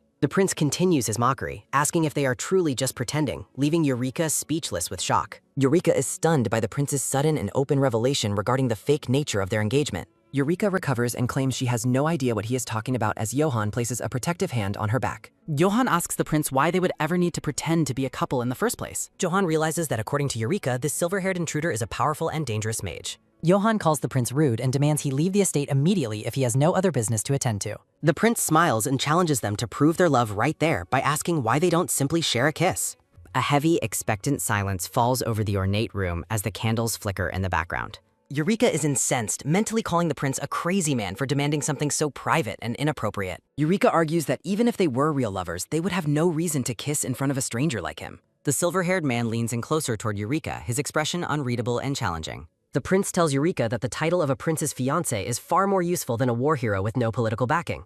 A sudden grip rings out as Johan's hand tightly clenches the prince's arm, interrupting his advances. Johan stares down at the intruder, his expression darkening as he prepares to address the insult. A surge of murderous intent radiates from Johan as he declares that he will not let the prince leave with his life. Eureka notices Johan's mana is fluctuating wildly and worries that things will get out of hand if she doesn't intervene. Eureka steps between them and firmly declares that she doesn't know why he has such a misunderstanding, but they are real lovers. Eureka asks the prince if his claims aren't just completely ridiculous as she stands her ground. Eureka explains that if someone wanted to, they could easily fake a gesture like holding hands or a kiss. Eureka pulls Johan's hand to her lips to prove their intimacy, causing Johan to blush a deep shade of red. Eureka tells the silver-haired man that she doesn't mind if he chooses not to believe in the reality of their relationship. Eureka mocks the prince, stating she didn't know he had such a perverted hobby as wanting to watch a couple's private affections. Eureka leans into Johan's embrace, stating they don't have such indecent tastes as she holds him close. Eureka tells the prince to leave, explaining that she and Johan would like to spend the rest of the night alone together. A carriage waits by a grand fountain under the moonlight. The silver-haired prince leaves, grumbling about how his interference only brought the couple closer together.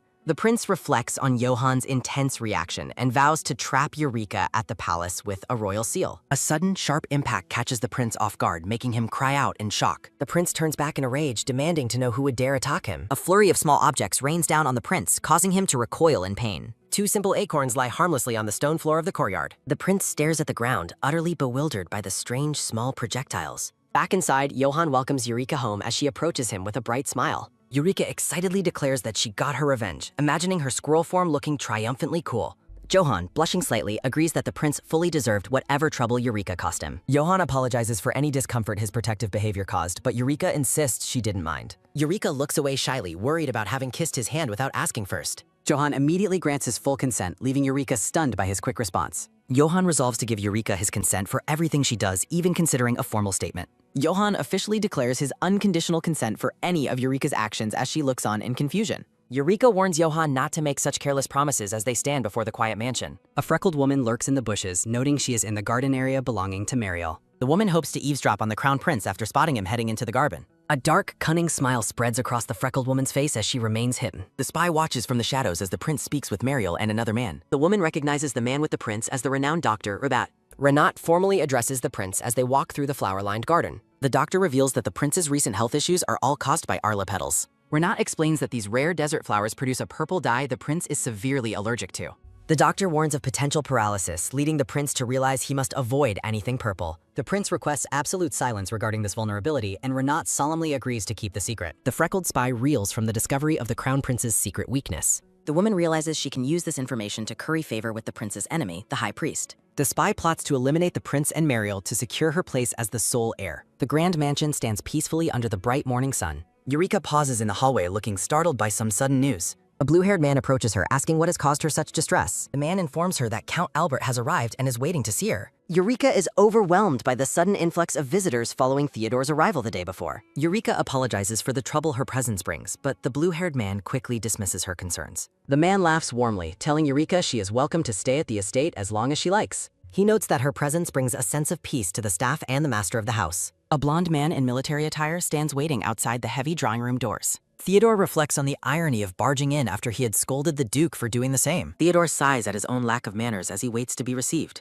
The massive ornate doors swing open with a heavy, resonating sound. Eureka bursts into the room, calling out to her uncle with a look of pure relief. Eureka begins to ask what brought him there, but her words are cut short. Theodore pulls Eureka into a tight, emotional hug amidst a shower of flower petals. Theodore asks Eureka if she has been well, his eyes filled with concern and relief. Theodore expresses how deeply he worried for her as Eureka stares back in wide-eyed surprise. Theodore tells her he understands why she was so aggressive toward Lizzie, much to Eureka's confusion.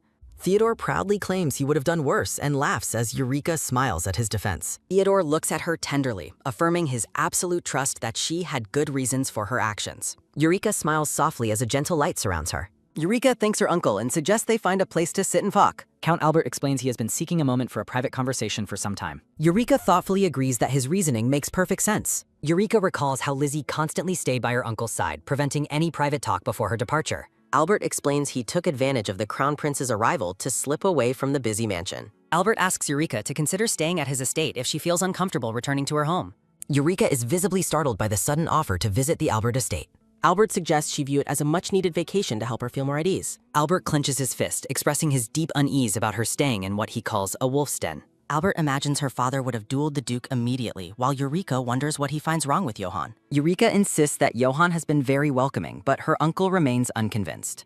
Albert yells that he simply cannot stand any man getting too close to his beloved niece. Albert rants about men being predatory while reflecting on how much he has cherished her since childhood. Eureka feels touched that her uncle still cares for her so deeply despite Lizzie's appearance. Albert affirms that his care is natural for family before Eureka begins to ask a difficult question. Eureka asks her uncle if he has ever considered the possibility that Lizzie might be an imposter. Albert's expression turns dark and solemn as he processes her shocking question. A sudden realization strikes as Albert somberly reflects on the mystery of the baby clothes. Eureka realizes her sister understood the truth because of her divine beast nature, which her uncle doesn't know. Albert resolves to uncover the truth about the baby clothes and ensure any imposter pays for their deception. A close-up highlights the intense pink of Eureka's eye as she watches him. Eureka offers a small, knowing smile during the tense conversation. Eureka plans to stay until Johann's victory celebration in 3 days before Albert asks one final favor. Albert dramatically offers to pay for everything so she never has to feel indebted to the Duke. Eureka reassures her uncle that she will be returning home soon regardless of the current situation. The blue-haired aide tells Johann that he did a good job controlling his temper the previous day.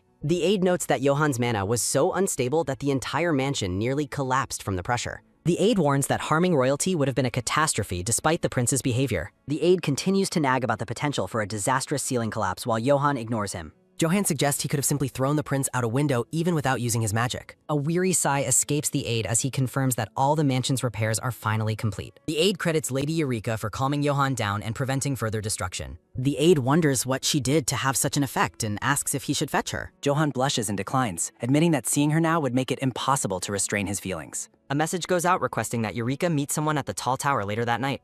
Instructions are given to ensure the meeting remains completely private and undisturbed. A bright orange squirrel scampers quickly through the dark trees toward the tower. In her animal form, Eureka wonders why she has been summoned to such a specific location. The squirrel assumes the meeting is for her to fulfill her promise of helping Johann stay calm. Human Eureka prepares by bringing potions, knowing her calming powers are most effective in her beast form. The squirrel stops in its tracks, surprised by something it sees at the base of the tower. A look of pure shock crosses the squirrel's face as it stares ahead. Eureka spots a set of wooden stairs built for a small animal and a cute drawing of herself. Johann stands on the balcony, prompting Eureka to wonder what else he has specially prepared for her. The Duke waits patiently in the moonlight for his small, furry guest to arrive. The squirrel begins to hop up the wooden planks attached to the stone wall. Eureka finds the climb much easier than her previous struggles and recalls how much her muscles used to ache. Eureka scampers up the tower, determined to do her best to help Johann find peace. The squirrel reaches the top ledge with a determined look, ready to meet the Duke. The black-haired man waits in silence. Johann warmly welcomes Eureka into the room as she sits on the table in her squirrel form. Johann gently pets the small orange squirrel's head.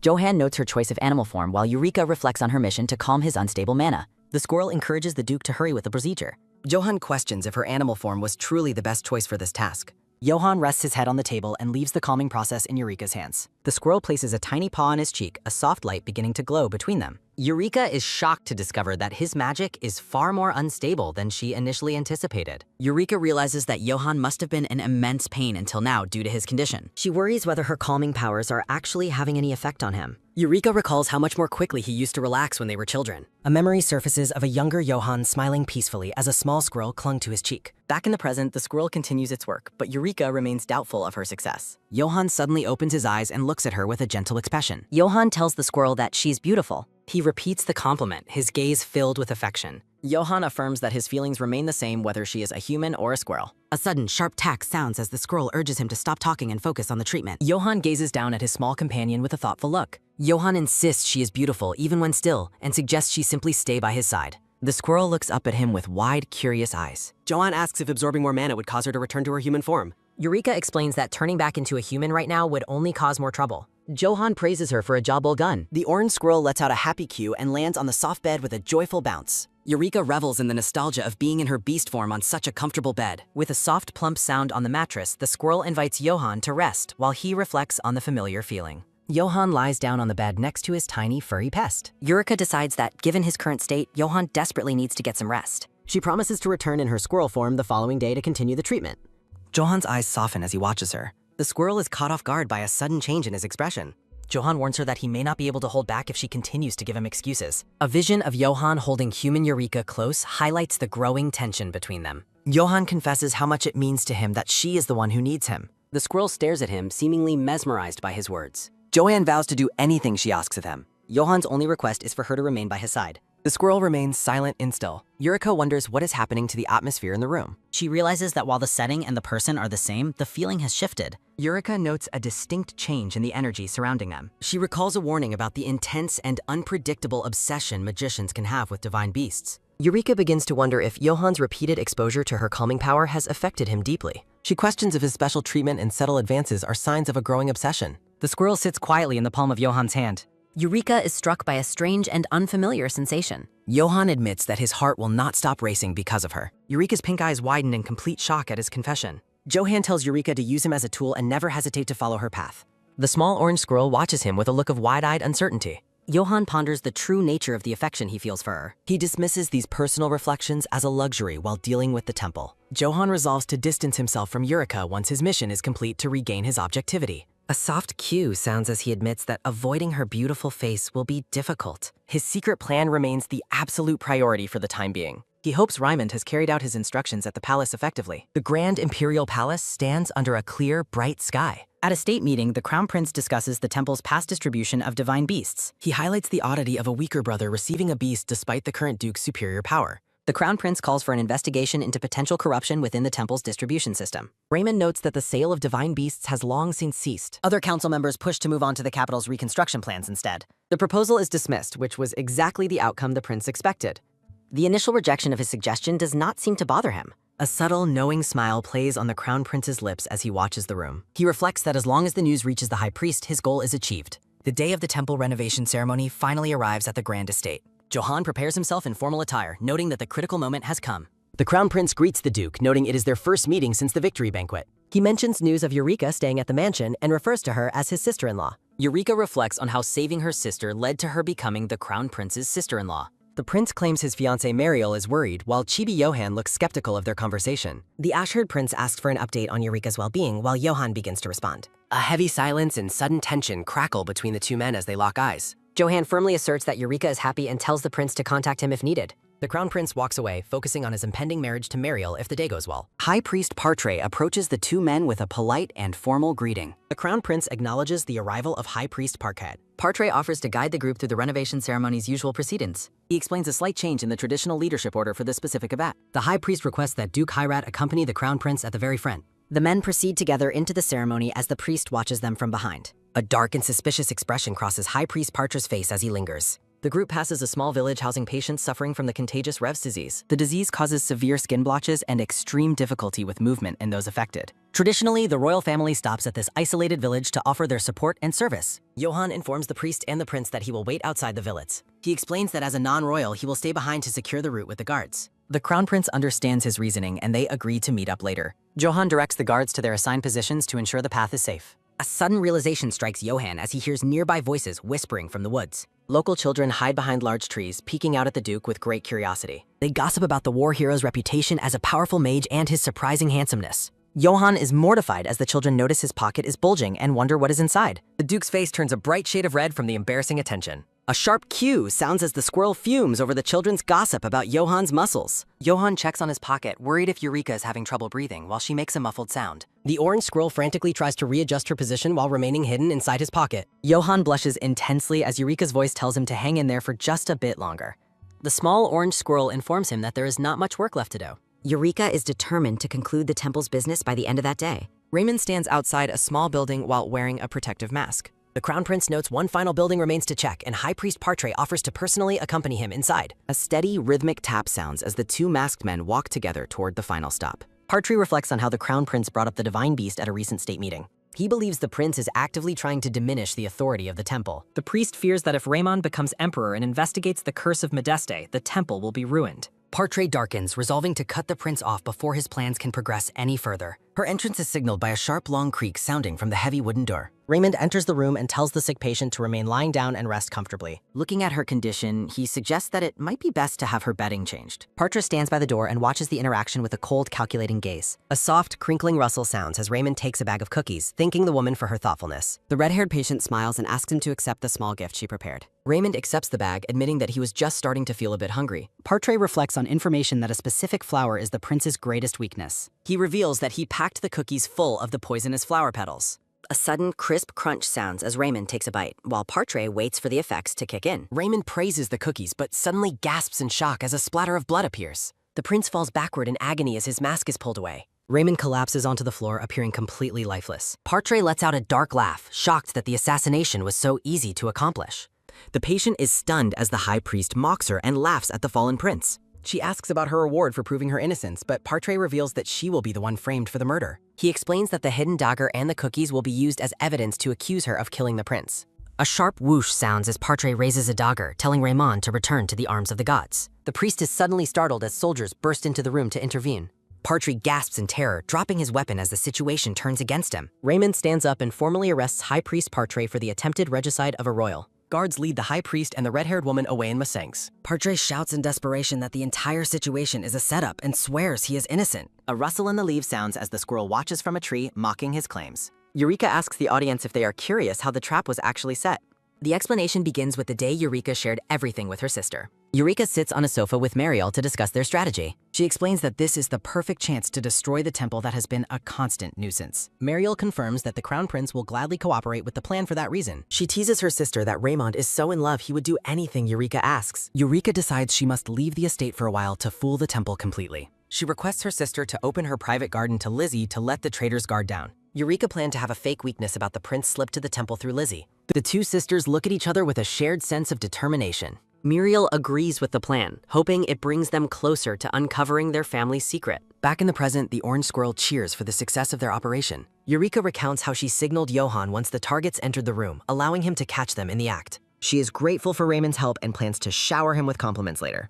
The group of allies stands together, having successfully executed their plan to expose the temple. A tiny orange squirrel blushes as she rests her paws against her chest. The small creature darts through the forest with a look of intense determination. Flashback, Eureka reflects that absorbing even a little mana forces her back into human form, preventing her from properly comforting Johann. She resolved to reach Johann quickly, certain she could calm him the moment they were reunited. The orange squirrel leaps through the air with a desperate shout for the Duke. A sudden, firm grasp catches her as she realizes this strange, cold mana is not Johan's. The ash-haired second Prince Theodore smiles down at her with a chilling, triumphant expression. He addresses the captive creature as his little squirrel. Eureka finds herself trapped in a magically sealed pocket, unable to escape the prince's clutches. Theodore tells her to scream all she wants, noting that her exhaustion only serves his purposes. A sharp cue sounds as the squirrel struggles futilely against the enchanted fabric. Eureka reminds herself to stay calm, but Theodore mocks her for trusting someone like Johann Hyrad. He calls her naive and suggests that choosing him over the Duke would be a far better decision. Theodore claims that for a mage, a divine beast is absolute, and his feelings for her are no different from Johann's. He promises that marrying him would lead her to the throne of the Empire as its empress. The squirrel is outraged by his proposal, shouting that he is not her type and has no concern for her satisfaction. Eureka reflects that he is a bastard for exploiting her internal conflicts so ruthlessly. She wonders if the two mages are truly any different at their core. Memories of Johann's warmth and his constant offers of support flood her mind. She recalls his sincere promise to be there for her if anything ever happened. Eureka remembers looking into Johann's eyes during a quiet, intimate moment. She believes that the Duke has always prioritized her well-being above everything else. She admits that even if his motives were partly selfish, his care for her felt genuine. Eureka concludes that Johann is fundamentally different from the cold prince standing before her. A sharp cue sounds as she demands to be let down, but the prince remains unmoved. Theodore coldly informs her she will remain in her squirrel form until she changes her mind. He declares that she will stay at the palace while wearing his mark. Eureka is horrified, realizing she will be branded and never allowed to leave the imperial palace. She desperately prays for Johann to find her as she is carried away. She suddenly remembers that mages cannot use magic on royalty and fears for Johann's safety.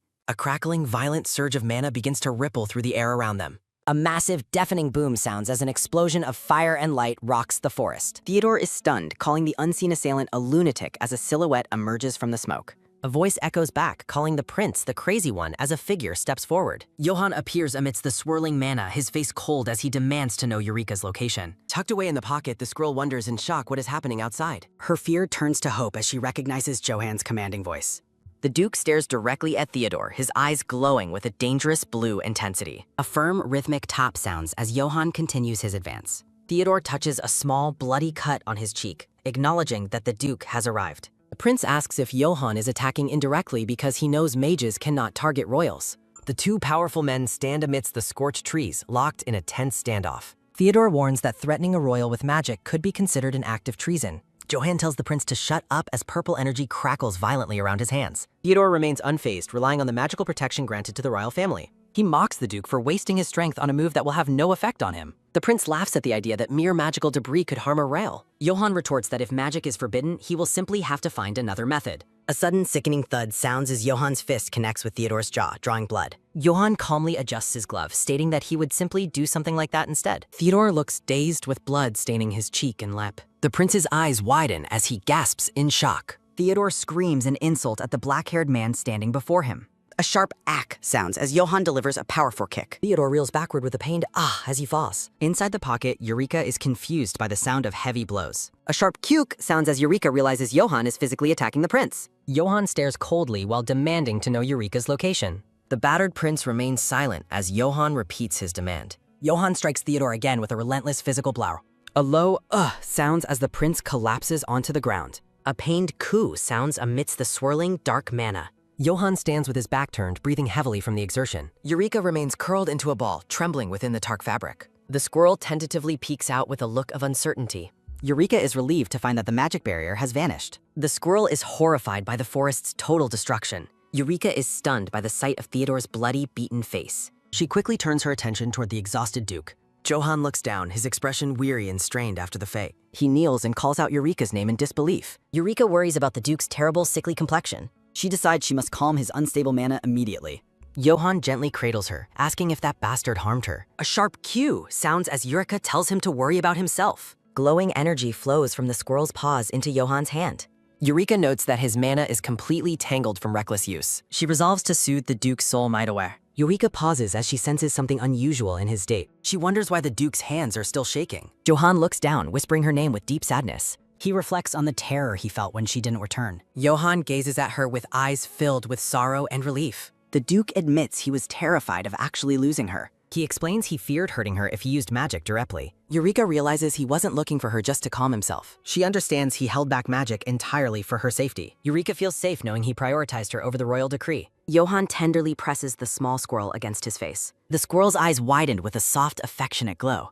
Johann smiles, admitting he is finally starting to feel calm. Eureka reflects on how a divine beast is absolute to a mage. She realizes his care goes beyond mere magical instinct. Johann gazes at her with a look of pure, gentle devotion. Eureka's heart flutters as she considers the depth of his feelings. Johann looks surprised as the squirrel reacts to his popsh. The squirrel affectionately nuzzles against Johann's warm hand. Johann whispers her name, sounding deeply moved by her affection. A sudden cough sounds as the moment is interrupted by a noise nearby. Theodore begins to stir, prompting Eureka to wonder if he is waking. The tiny squirrel makes a soft, quiet sound. Johann holds the squirrel as she lets out a loud, high-pitched shout. The fuming squirrel calls Johann a rascal for upsetting her with his useless and upsetting comments. Johann asks if Eureka is feeling unwell, but she quickly dismisses his concern with a sharp chirp. Eureka remains indignant, shouting that Theodore had the nerve to claim there was no difference between him and Johann. Johann gestures to the battered prince, telling her not to worry since the man is beaten and magically drained, though Eureka feels he still doesn't understand her. Eureka resolves to try harder at communicating just as a loud voice declares that the criminal has been found. The gray-haired man on horseback commands his men to arrest the target immediately. A shocked voice calls out Raymond's name in the bright light.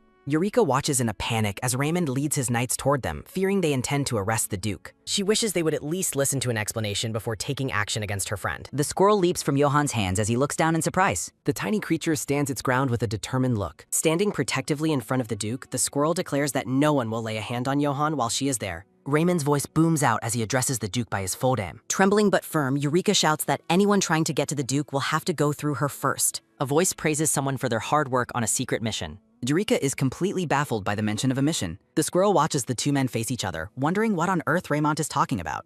Johann is equally confused by the term secret mission, while Eureka wonders if it was a secret even to the person doing it. Raymond gives a friendly thumbs up, promising to handle things and asking to be remembered to the Duke's sister-in-law. Raymond looks down at the fallen prince, admitting he already had his suspicions about the man. He declares that even a prince is not above the law and will be charged for hiding his identity and dodging the battlefield.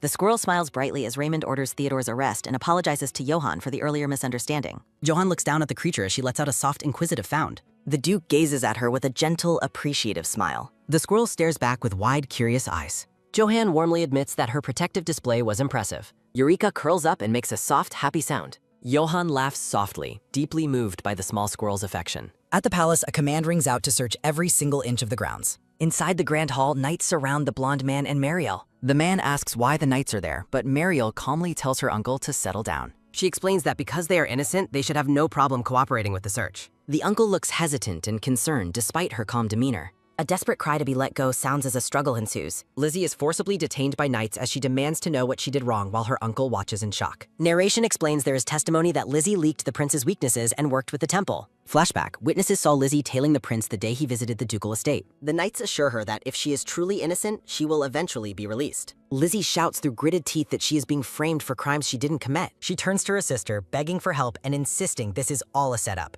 Frantic, Lizzie claims an imposter planned this to take her place and tells Mariel she can't lose her sister again. Mariel remains silent with a stern expression. Mariel stares down at her sister, who continues to plead for her to tell the knights to arrest the imposter instead. Mariel coldly informs Lizzie that she is the one who is actually the imposter. The blonde man is shocked by the claim, while Mariel ponders the connection between Lizzie, the temple, and Eureka's old clothes. A hand begins to shake as the man realizes the implications of what has been said. Mariel confirms that Eureka is almost certain the temple is the mastermind behind the scheme. Mariel reflects on the true identity of the Eureka who has been by their side all this time. Mariel shocks her uncle by revealing that the child is the actual Eureka. A memory surfaces of a young, happy Eureka peeking through a doorway. The little girl smiles brightly while calling out for her uncle. Mariel reflects on her true niece as the Count and current Eureka stand together. A close-up of the blonde man reveals eyes filled with shock and tears. Muriel reminds him that she had warned him about this truth repeatedly. The Count calls out to his sister as she questions his lack of focus. He dismissively wipes away his tears while Mariel observes his emotional state.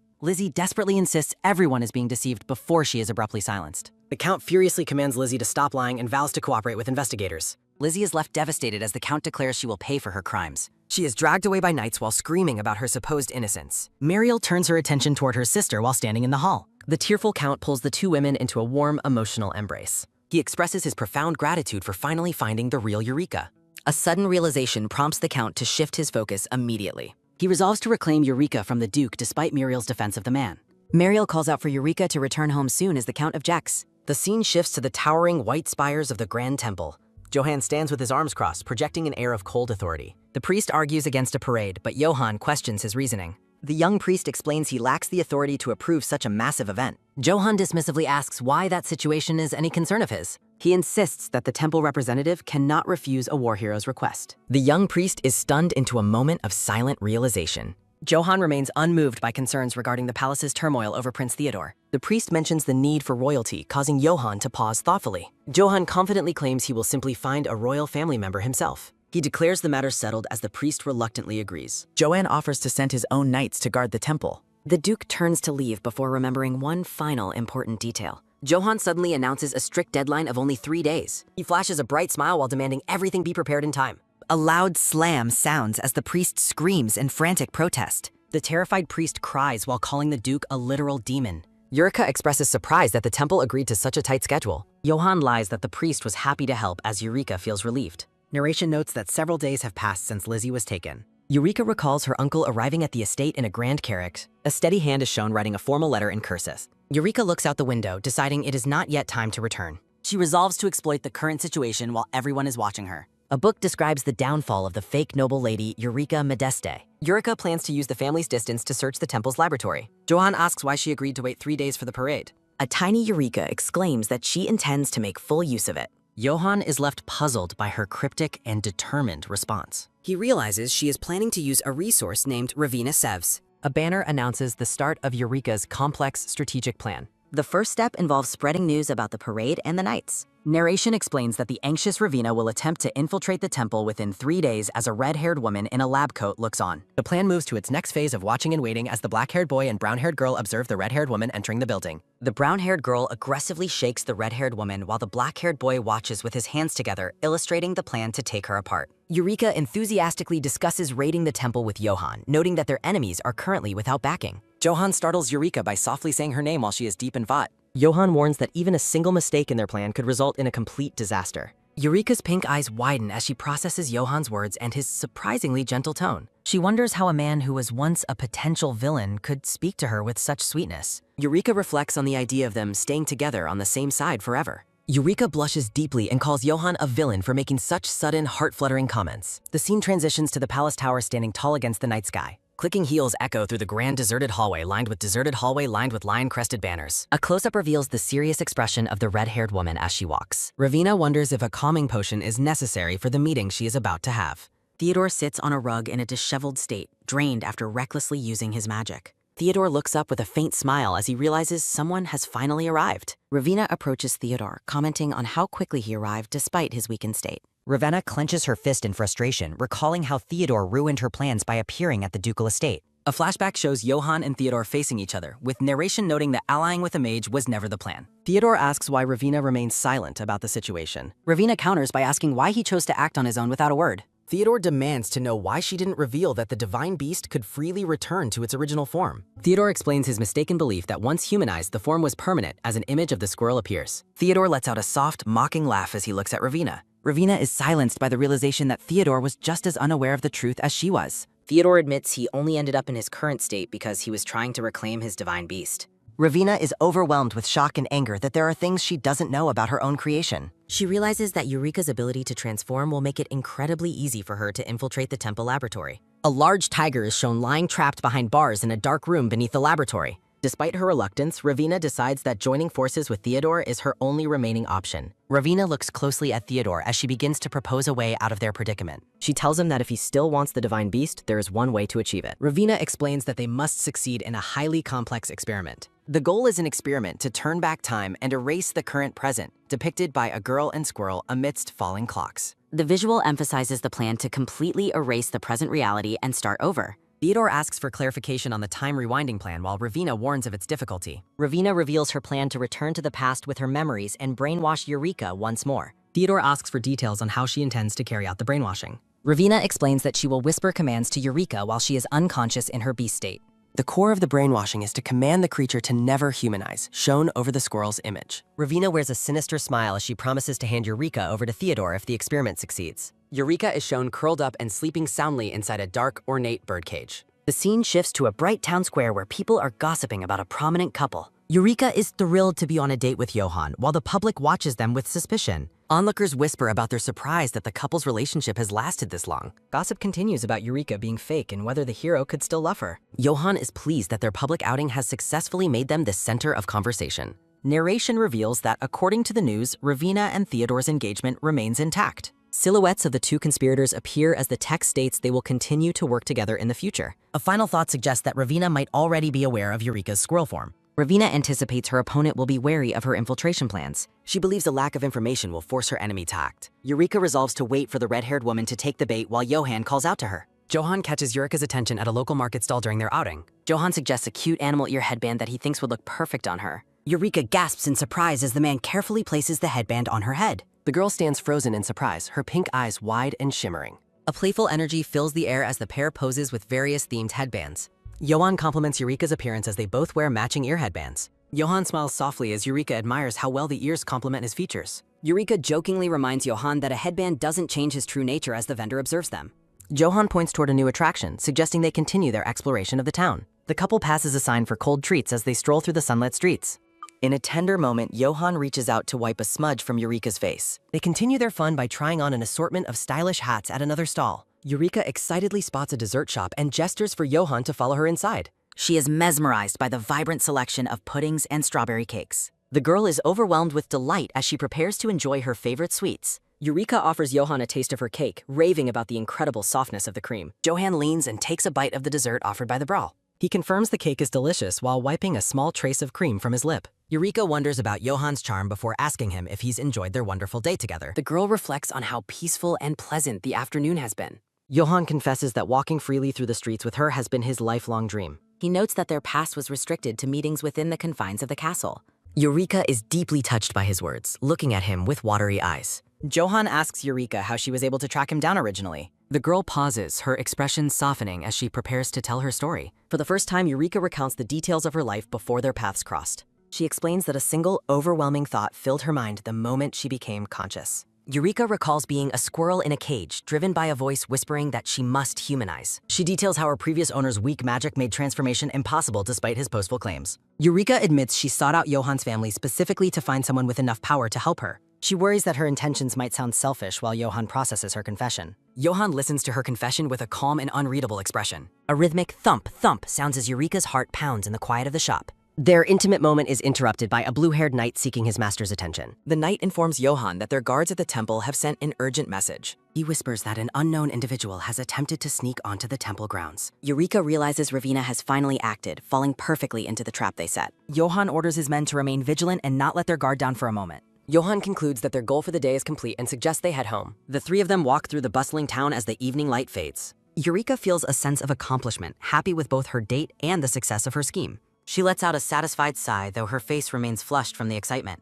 The girl's intuition flares as she hears a sudden, sharp noise nearby. A blinding flash erupts as Eureka screams Johan's name in sudden terror. Johan reacts with a desperate shout as danger suddenly strikes apart. 3 daggers slam into the ground, pinning Eureka's skirt as he cries out her ain. Horror fills Johan's face as he continues to scream for the girl in the midst of the attack. Johan frantically checks if Eureka is injured following the sudden dagger's attack. Bystanders panic as the blue-haired knight asks if Eureka is hurt, while she observes the lethal position of the daggers. Eureka realizes her survival was only possible because of her sharp animal instincts as a divine beast. The men shout for the culprit as Eureka wonders about the unknown attacker's identity. A reflection in a shattered mirror highlights Eureka's grave concern about being targeted. Eureka considers if Ravina is behind the reckless broad daylight assault but remains doubtful of its lack of subtlety. Eureka's pink eyes widen as she senses that something about the situation is deeply suspicious. Eureka spots a cloaked figure on a nearby roof and alerts Johan to the immediate danger. A hand grips a cluster of explosives, prompting Eureka's terrified warning to Johan. Johan shields Eureka as a massive surge of blue magic erupts against the threat. The assailant curses as Johan's power detonates against the rooftop hiding spot with a loud boom. A pillar of light and flying debris marks the site of the magical confrontation. Johan is livid as he glares toward the roof following the cowardly attack. Johan commands the blue-haired knight to capture the fleeing assailant alive. Johan scoops Eureka into his arms and declares they must return home immediately. Eureka softly agrees to leave while Johan remains focused and fiery. A heavy, ominous silence hangs over Johan as he protects the girl. The ornate carriage rumbles through a sun-dappled forest with a steady rattle. Inside the carriage, a tense and somber atmosphere settles between the pair. Eureka's hands tremble visibly against the fabric of her elegant dress. Johan reaches out to gently steady Eureka's shaking hands with his own. Johan softly speaks her name to get her attention during the ride. Johan tells Eureka to remain indoors for her safety until the culprit is identified. Johan promises to personally provide everything she might need during her seclusion. The man's hand provides a comforting, firm presence over Eureka's. Eureka observes Johan's pale face and realizes his magic usage has destabilized his mana. The two share a quiet moment of mutual concern within the moving carriage. Eureka searches for a way to stabilize him without access to her usual medicine. An ancient text reveals that close contact in human form can calm a divine beast's partner. Johan asks Eureka why she is looking at him with such intensity. Eureka explains her concern regarding his currently unstable mana levels. Eureka unexpectedly offers to kiss Johan as a way to help settle his mana. Johan is stunned as Eureka flusteredly explains the lack of calming potions. Eureka mentally justifies her bold offer by acknowledging their status as lovers. Johan remains speechless as he processes the girl's surprising suggestion. Johan warns Eureka never to speak so lightly of such things to any other man. The carriage continues its steady journey through the peaceful countryside. Johan stays quiet as Eureka quickly offers to withdraw her proposal. A deep blush creeps onto Johan's ear as he admits he is losing his composure. A gentle hand reaches out to cradle Eureka's cheek in a tender gesture. Johan looks into Eureka's eyes and confesses that he doesn't dislike her idea. A rhythmic thump sounds as Eureka's heart pounds in anticipation. Johan leans in close toward Eureka's face as the air becomes heavy with tension. Johan's violet eyes are filled with a mix of longing and hesitation. Johan calls her name while Eureka suddenly pulls away with a soft apology.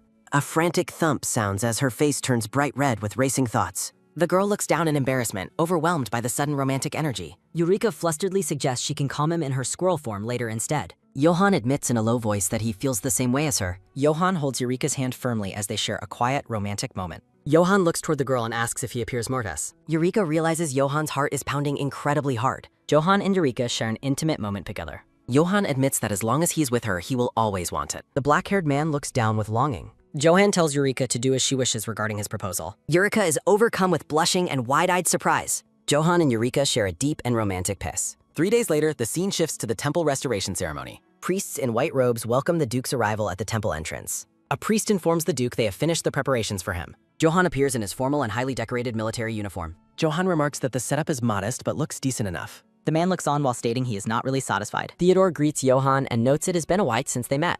Theodore suggests they shouldn't be formal since they will soon be family. Theodore claims Johan's attitude toward love has left a deep impression on him. Johan asks Theodore what he means by his comment about love. Theodore mentions Johan's broken engagement and his passionate love for Theodore's sister-in-law. Theodore admires Johan's forward spirit in pursuing love without relying on paper pacts. Flashback to the carriage where Eureka asks Johan if they should share a kiss. The couple shares a romantic kiss inside the moving carriage. Johan is left completely flustered and blushing after the kiss concludes. Theodore and Johan greet a young, green-haired priest at the temple. The young priest welcomes them despite the temple currently being in disarray. The group walks through the grand and sunlit corridors of the temple. The priest explains they will start with a prayer at the altar followed by a banquet. Johan impatiently orders the priest to skip the long explanations and lead the way. Theodore apologizes for Johan's straightforward and blunt personality to the startled priest. Johan walks alone through a quiet and ornate temple corridor. Johan arrives at a specific location and determines it must be the place. Johan questions how the tracking of the unknown target failed. Flashback reveals the target's movements were much faster than expected. A secret passage is described as the location where the target vanished swiftly. Johan looks down a corridor where he believes the hidden passage exists. Johan focuses intense blue mana into the palm of his hand. The young priest is surprised as a crackle of mana appears nearby. A sudden, deafening crash sounds as the temple ceiling collapses with a loud boom. Theodore stands calmly while the young priest panics at the sudden destruction. Large chunks of stone and debris fill the corridor where Johan stood. Frantic thoughts question why the ceiling collapsed so suddenly when it was intact before. Theodore explains that the Duke's mana went out of control and caused an accident. Theodore makes a joke about the literal collapse of the temple following the high priest's removal. Theodore checks if Johan is hurt while Johan stays behind to compose his manner. Theodore leads the group to the banquet while noting the Duke is Heim. Johan stands alone in the dark and dusty ruins of the corridor. Johan tells Eureka she can come out as the coast is finally clear. Eureka in squirrel form expresses her excitement at finally entering the temple. Eureka notes that learning about the secret passage's existence is a significant gain. Eureka hopes to find decisive clues about the divine beast and her father's whereabouts. The small squirrel looks up with an expectant expression.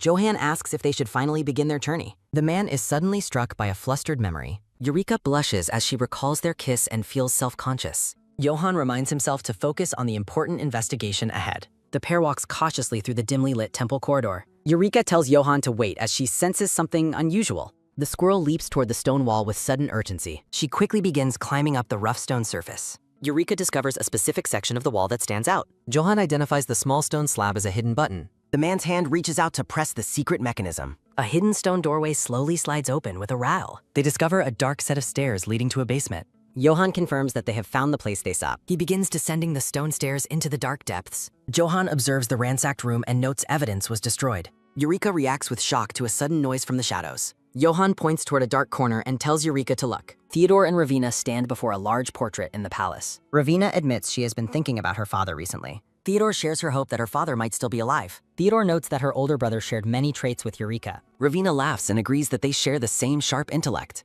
Theodore mentions her brother possessed incredible beast-like instincts for danger. A massive tiger's paw rests on the ground with visible scars. Johan recalls the detail that her father's nickname was the Tiger. A gloved hand sets a flask of green liquid on a table. The red-haired woman mentions the difficulty of bringing the dip there. She dismisses her assistant after receiving the essential material she needed. A document details the downfall of a barony and descent into madness. The red-haired woman's hand clenches the paper in a fit of rage. She laments her family's disappearance and blames the Modeste family for it. She vows to destroy them completely by using Oscar Modeste himself. Johan stands silently before a large tiger in the hidden room. The man is stunned to find a live tiger in the basement. Eureka chirps in alarm as she spots the massive predator nearby. The squirrel hides behind Johan's neck, visibly trembling with fear. Johan asks if she is frightened because the creature is a predator. Johan offers his hand to the squirrel to provide her comfort. Johan pets her head and reassures her that she is safe. The tiger suddenly lets out a fierce and deafening roar. Johan flinches in surprise at the animal's sudden outburst of rage. He wonders why the beast suddenly became so incredibly angry. Eureka considers if the animal's hostility comes from being experimented on. Johan asks Eureka if she thinks the tiger is a divine beast. The squirrel looks at him with a bewildered and questioning expression. Johan recounts a rumor that the Duke transformed into a tiger. Eureka reacts with absolute shock to the man's startling revelation. She stares ahead as she begins to process the terrifying possibility. Paintings of animals line the hallway walls while Eureka asks if they were always there. Eureka stands before a large tiger portrait while a voice explains the Modeste family's legend of being descended from beastmen. Theodore and Ravina discuss on a balcony how the Duke's mana might be the key to his presence in the temple. A close-up reveals the squirrel's tiny face as she focuses on the startling revelation. Looking at the caged beast, Eureka begins to wonder about the animal's true identity. The tiger's massive, furred paws are shown standing firmly on the stone floor. A low grrr vibrates through the stone room as the tiger's clawed paw tenses. The squirrel's wide, dark eyes reflect her sudden confusion and concern. Deep scars on the tiger's leg reveal a history of horrific experiments conducted by a scientist and a priest. Eureka is overcome with rage at the humans who could commit such vile acts against her family. Johan reaches out toward the squirrel with a gentle, reassuring hand. The tiny squirrel approaches the tiger's scarred leg with a sense of mourning.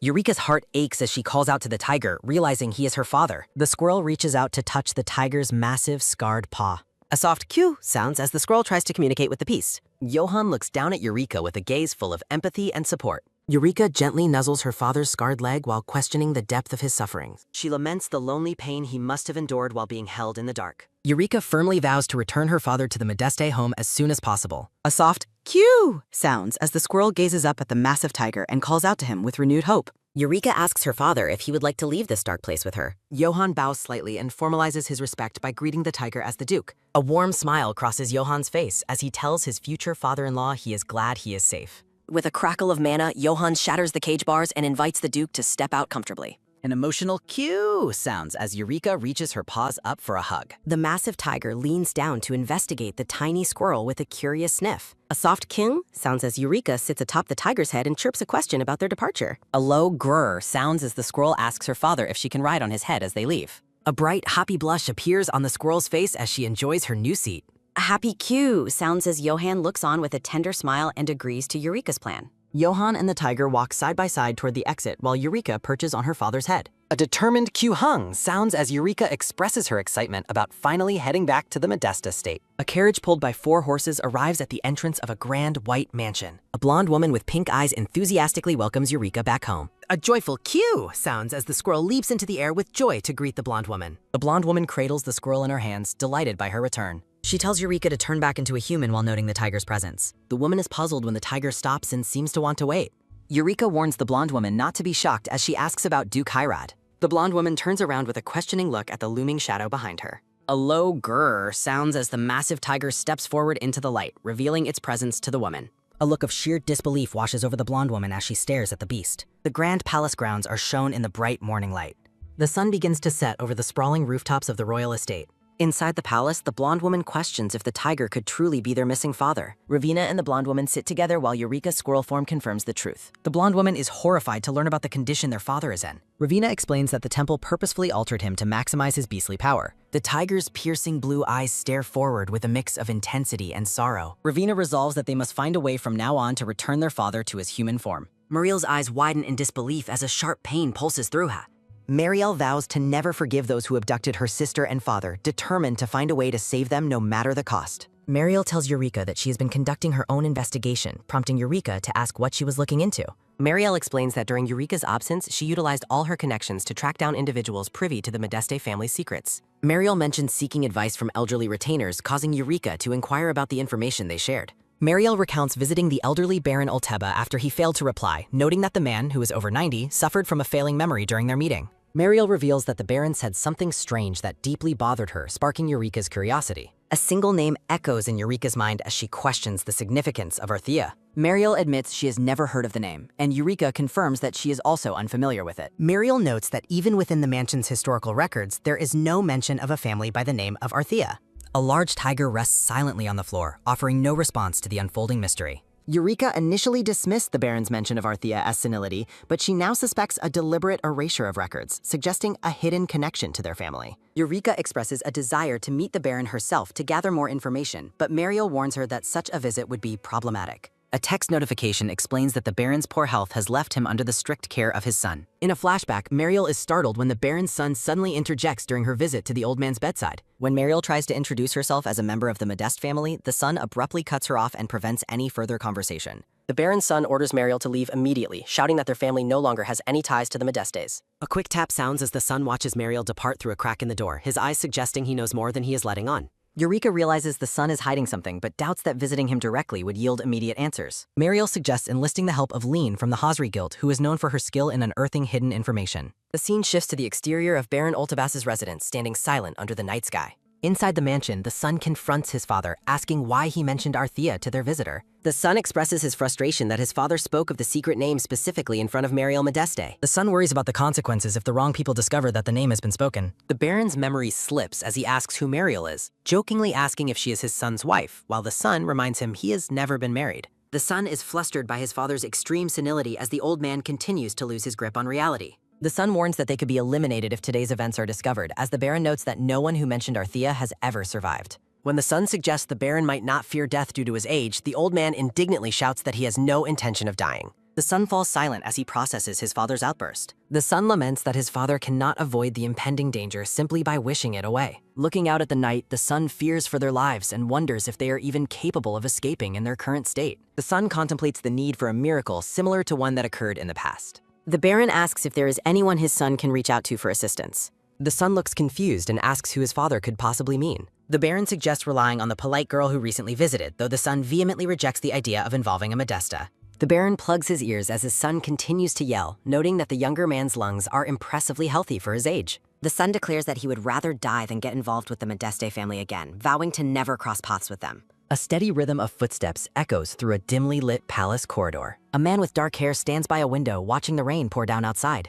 The man reflects on how he briefly forgot his troubles while Eureka was present at the estate. To the man, the High Red estate represents something much deeper and darker than a simple home. He recalls the estate as a dark, lonely place devoid of warmth, a location he has come to utterly despise. The man walks away from the light and deeper into the shadows of the mansion. A sharp creak sounds as a heavy door is slowly pushed open. A soft scuffing sounds as the man finds a woman with long black hair sitting alone inside a dark jail cell. A quick tap sounds as the woman senses a presence and begins to look up from the shadows. The woman's eyes snap open with intense emotion as she realizes she has a visitor after a long time. The man stands silently before the iron bars, looking down at the captive woman. The man greets the woman with a cold smile, calling her mother while she stares back at him with a horrified expression.